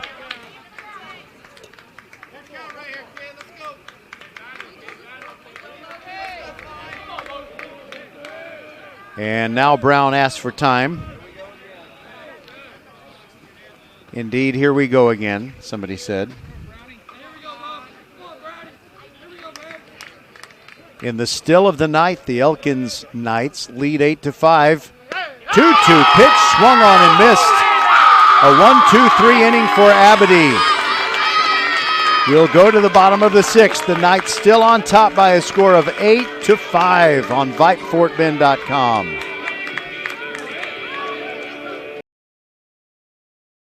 Hello, I'm Gary Horn with Horn Solutions. We agree with energy analysts that the energy market has stabilized. We anticipate significant merger and acquisition activity. Good resources are scarce. Horn Solutions is positioned to assist you in accounting, finance, IT, and supply chain. Our staff can assist you with outsourcing, or we can supply you with resources to join your staff. Visit hornsolutions.net for details. Gary Horn is a highly successful businessman who has made a huge impact in people's lives, and he loves what he does for a living. That's a big reason why Gary Horn and Horn Solutions support Get a Great Gig.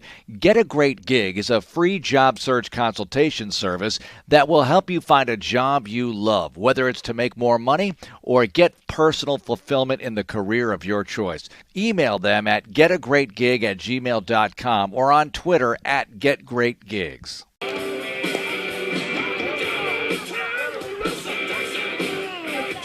Tonight's exclusive VypeFortBend.com broadcast of this game between the Elkins Knights and the Travis Tigers is brought to you by Xfinity, the future of awesome. By First Tire and Auto, 4 great Fort Bend County locations where you can get the very best prices on tires. You get great service, anything your vehicle needs to run at its very best. All 4 of those locations open Monday through Saturday. Visit FirstTireandAuto.com. We're also brought to you by Archer Volkswagen and the Needville Insurance Agency. Cummings still out there for Travis, trying to keep Elkins from scoring anymore. It is 8-5 as Adam Wade leads off in the bottom of the 6th. Righty working to lefty. Cummings brings it. First pitch, downstairs for a ball.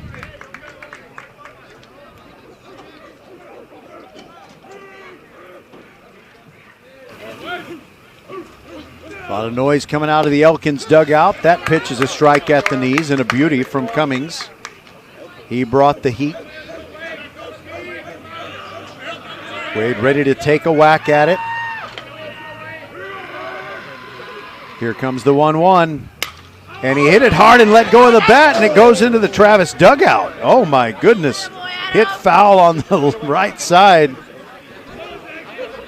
You know, last night I was watching the Astros, and Framber Valdez got hit in the back with a bat shard. I mean, the pointy part hit him in the back, but fortunately it was spinning so fast that it really didn't make that much of an impact, didn't tear his jersey or might have made a bruise. So the dugout did not clear out. I mean, like, you know, to come out and get Adam Wade. That would have been fun in the majors, though. Here's the 1-2. Swing and a miss. Cummings strikes out Wade.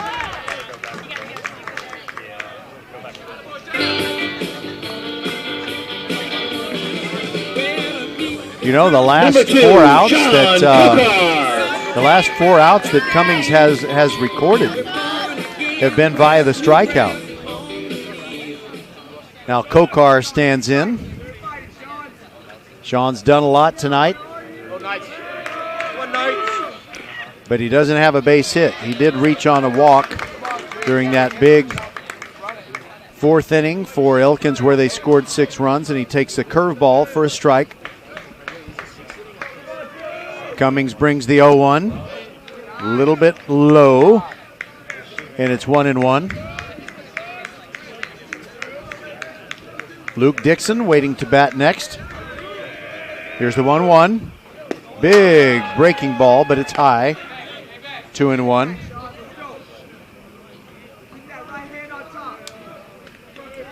The Ridge Point ball players are here, scouting Travis. They'll play them at 4 o'clock Friday afternoon. High fly ball by Kokar.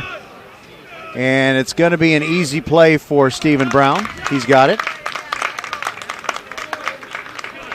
So Elkins at least put the ball in play there.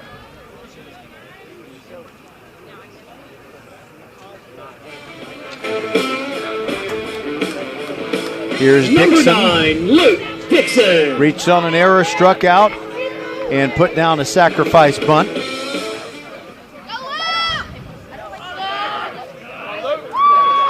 Cummings has pitched very well for Travis since coming in after that disastrous 4th inning where they gave up 6. Travis needs 3 to make their Friday game with Ridge Point of consequence. Check swing by Dixon. They appeal to the infield umpire, and he says no swing, so it's 2-0.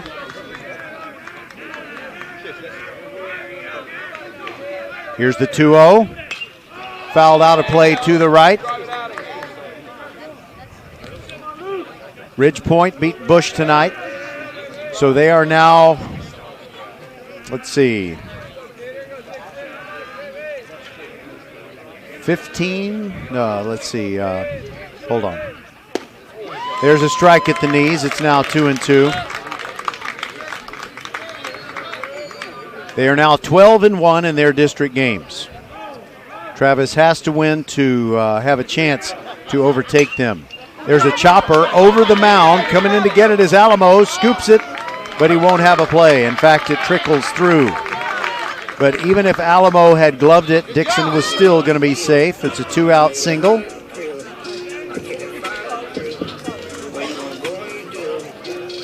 Now Elijah Victorian, who's had a busy night and been very productive. Even when he was out in the second inning, he hit the ball hard. Now we have a courtesy runner for the Knights. It's Dominic Trevino coming in for Dixon.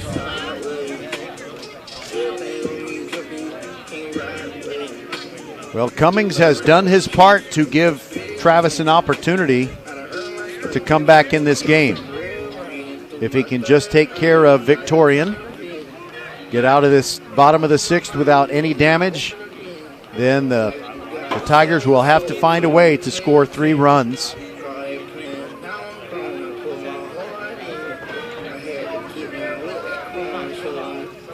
Shimon was talking to the home plate umpire. I'm not really sure what the delay is here.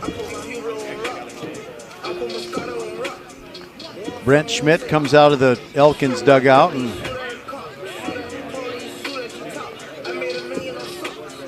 there's something that the umpire just placed in Josh Shimon's catcher's mitt. I don't know what it is. I'll have to ask him sometime. Number 3, Elijah Victorian. Okay, at long last, Elijah Victorian stands in the batter's box, the no longer visible batter's box. So it is Trevino running for Dixon. He's at first base. First pitch to Victorian. Strike at the knees on the inner half of the plate, and a beauty by Cummings.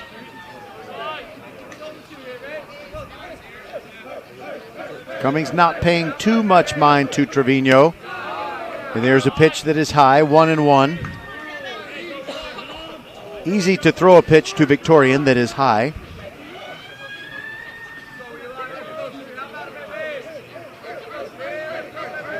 Here's the 1-1. Strike on the outside corner, 1-2.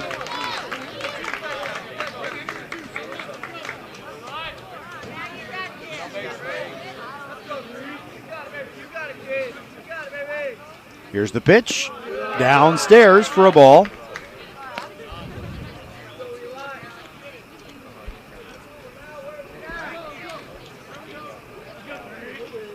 Victorian just trying to help add an insurance run. Swing and a miss.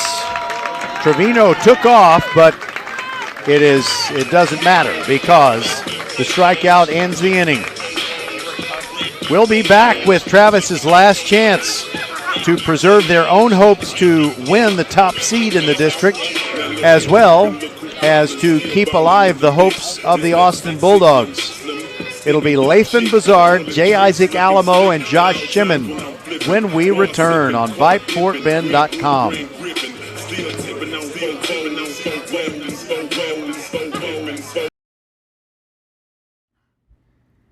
Hey, batter, swing!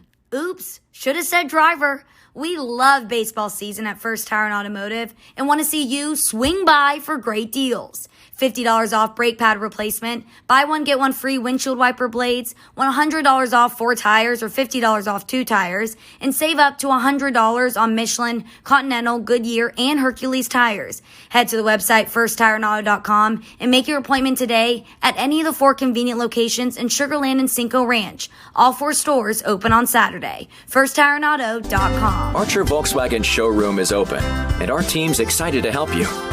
Visit our sales department Monday through Saturday from 9 a.m. to 9 p.m. Or bring your car in for service from 7 a.m. to 7 p.m. Monday through Friday, and Saturdays from 9 a.m. to 2 p.m. We're closed on Sundays to rest and recharge with our families, so we can serve you well through the week. We hope to see you soon. All right, Abedy back on the mound to try and finish this off for the Knights. First pitch to Lathan Bazard, hits him in the left hip, and he goes down to first base.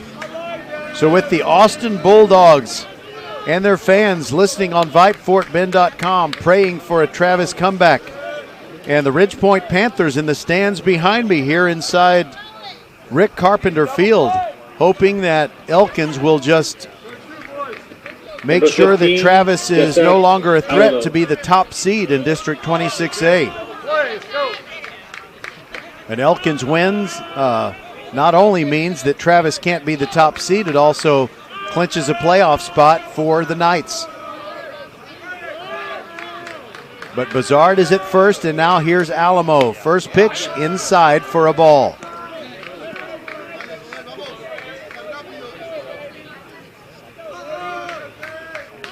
Alamo struck out, flied out, and hit a sacrifice fly, and he hits one to the left side of the infield. Martin charges, throws to second, safe! Everybody's safe! And hope springs eternal for the Bulldogs as they listen. So that's an infield hit, and Martin played it just like he did not waste a nanosecond.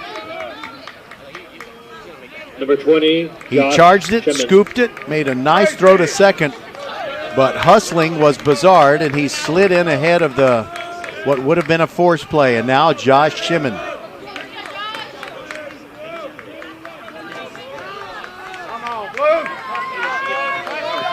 Knights fans thought that maybe that throw did beat Bazard to second.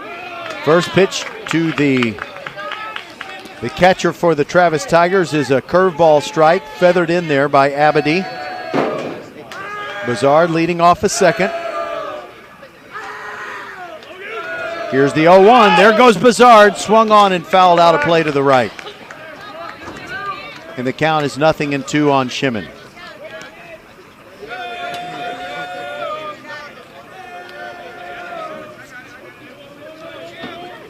Whitty waits to bat after Shimon.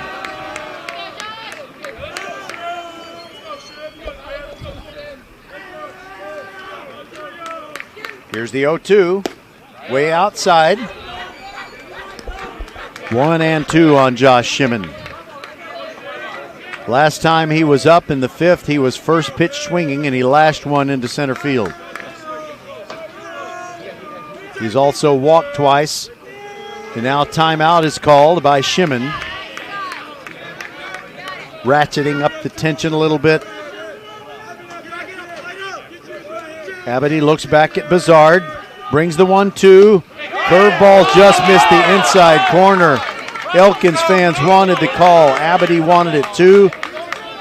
He took his hat off. Oh my goodness.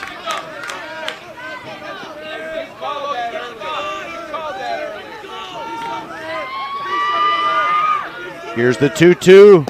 Shimon swings and misses. 1 out. And that, was from one of the Ridgepoint players. Number 10, Parker Whitty. Now it's Parker Whitty, the only left-handed bat in the Travis lineup, the only one on the Travis roster. He represents the tying run in the box.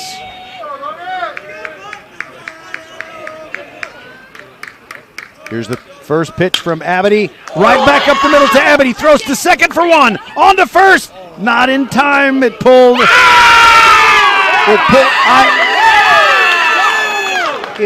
What's going on here?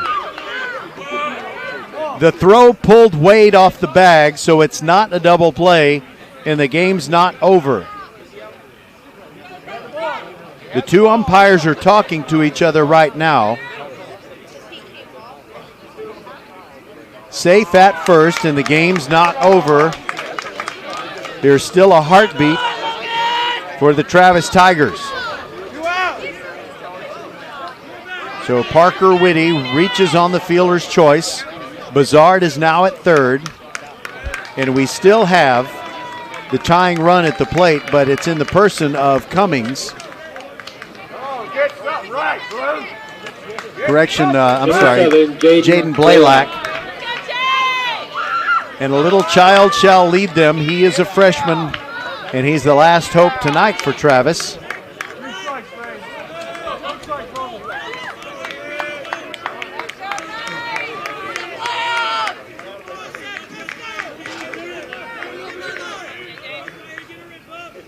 First pitch to Blaylock is inside for ball one. Logan Abadi has one save this year, and this would be a save here.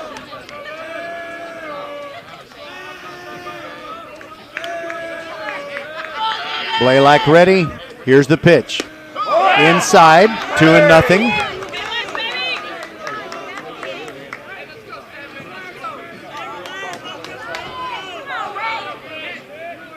If he can get on, we'll have a pinch hitter, Nate Gonzalez. Here's the 2-0. Up and in, 3-0.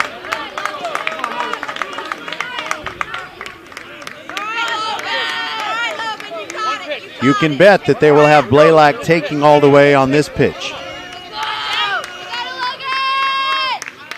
Here it comes. Upstairs. Oh, my goodness. It was a called strike, looked up above the armpits. 3-1 is the count.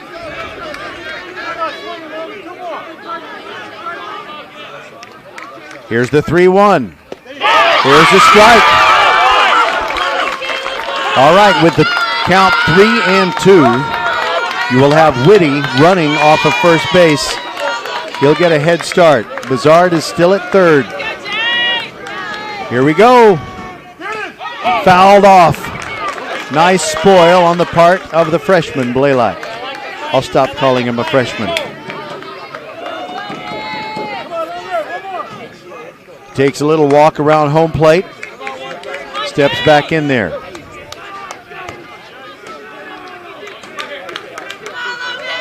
The senior Abadi brings it, and it's upstairs for ball four. The bases are loaded.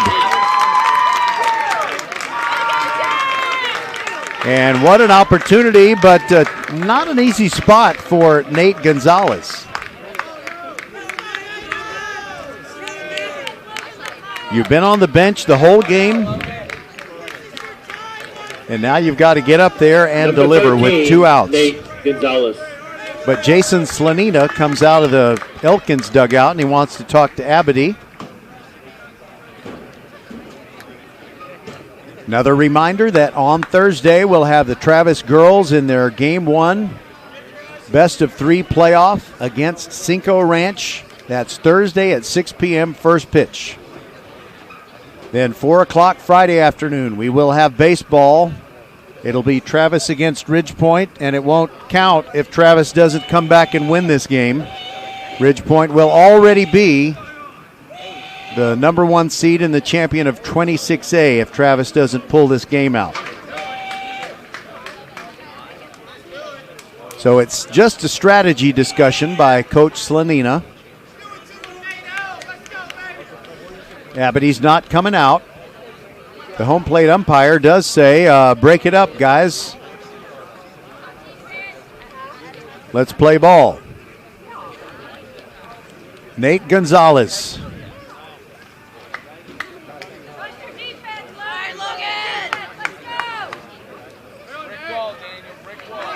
All right, Abadi, it's his game to save. And Gonzalez steps in. Bases loaded, 3-run game. First pitch, strike on the inside corner.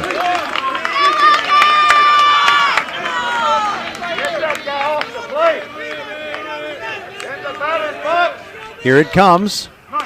And he fouls it out of play, and the Tigers are down to their last strike.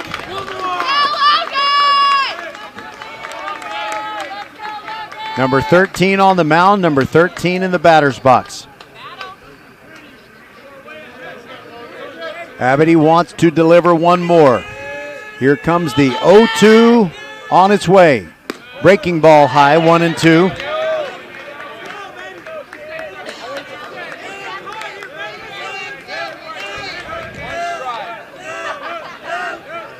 Gonzalez ready. Abity ready to bring the 1-2. Here it comes. And it's just a tapper foul on the left side. Gonzalez just staying alive by a silly millimeter. Oh, that was close.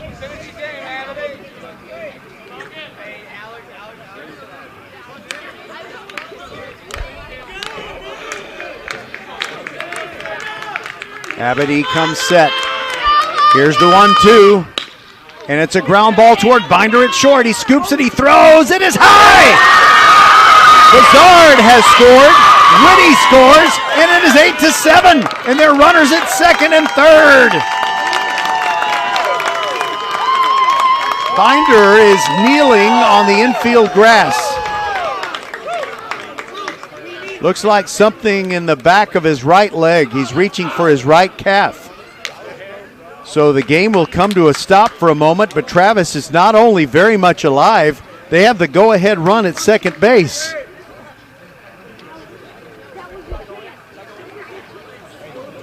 And Binder is now seated on the grass, and June Tomlin, the fantastic trainer, is trying to rub out that tightness in the lower right leg. We'll take a break and be back. This is VypeFortBend.com. Don't go anywhere.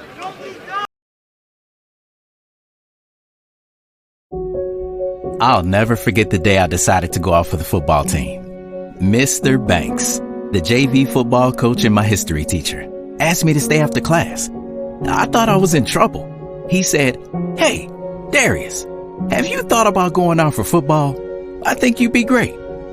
Fact is, I never played football. Fact is, I never had anyone tell me I'd be great at something. So, with no experience at all, I signed up. And a week later, I padded up and was running drills on the field. I never was great, but playing high school sports was one of the greatest experiences of my life. I was accepted by my teammates, and I learned that when someone believes in you, you can believe in yourself. Encourage a student you know to take part in a high school sport. This message presented by the UIL and the Texas High School Athletic Directors Association. All right, Binder is going to stay in the game. They have loosened up the leg. He's walking around looking like he's comfortable. But now it is an 8-7 game. Travis has the tying run at third, and the go-ahead run is at second.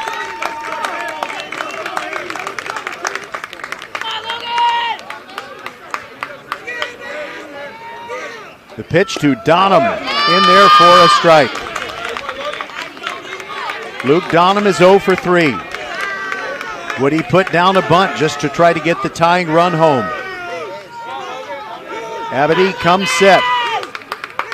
Here it comes, and that is a ground ball to Binder. He takes it on 3 hops, throws late, and it bounces in. And out at first. The Knights win it. Oh, it was a close play. Binder, with a problem right calf, was able to make the play in time to get Donham. And we are done. Wow, what a night by the Knights. They play the song by Old Blue Eyes, and we'll be back with the totals right after this.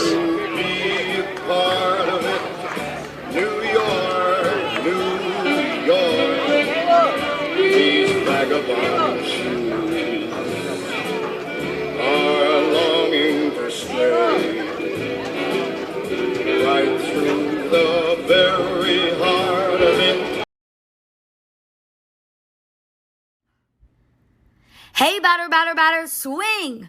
Oops, should have said driver. We love baseball season at First Tire and Automotive and want to see you swing by for great deals. $50 off brake pad replacement, buy one, get one free windshield wiper blades, $100 off 4 tires or $50 off 2 tires, and save up to $100 on Michelin, Continental, Goodyear, and Hercules tires. Head to the website firsttireandauto.com and make your appointment today at any of the 4 convenient locations in Sugar Land and Cinco Ranch. All 4 stores open on Saturday. firsttireandauto.com. If I can make it there, I'll make it. Anywhere it's up All right, fans. Hope you enjoyed that one. Parts of it weren't pretty. My announcing wasn't always pretty, but it was exciting. So the visiting Travis Tigers lose 7 runs on 4 hits. They make 2 errors. And the victorious Elkins Knights get 8 runs on 5 hits, and they made 1 error.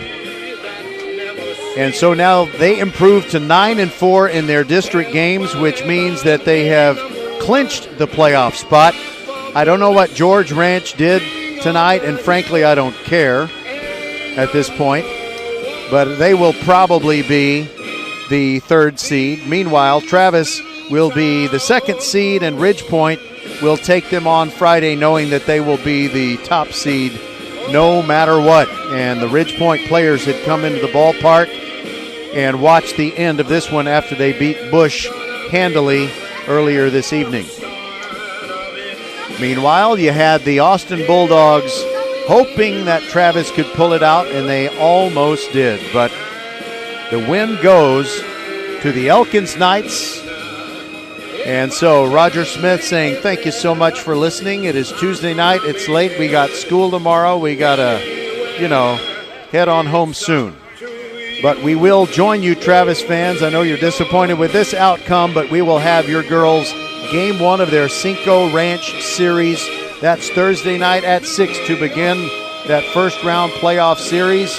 And we'll have Ridgepoint and Travis baseball at 4 o'clock Friday afternoon, and then Ridgepoint softball after that. We might have to join the Ridgepoint softball in progress as they are going to be taking on Seven Lakes, and that will be Game 2 of their series, I believe. All right, so for everyone on the VypeFortBend.com team, Les Clary, Merle Bertrand, Suna Venkat, Bob McKay, Patrick Kinnick, Roger Smith saying goodbye from the castle, Rick Carpenter Field. And we will talk to you Thursday afternoon at about 6 as we bring you the Travis girls game against Cinco Ranch, Game 1 of that playoff series. And we're going to have more baseball and or softball on Friday, and I think we're going to have something for you on Saturday as well. Good night, everybody, and thank you for listening. God bless.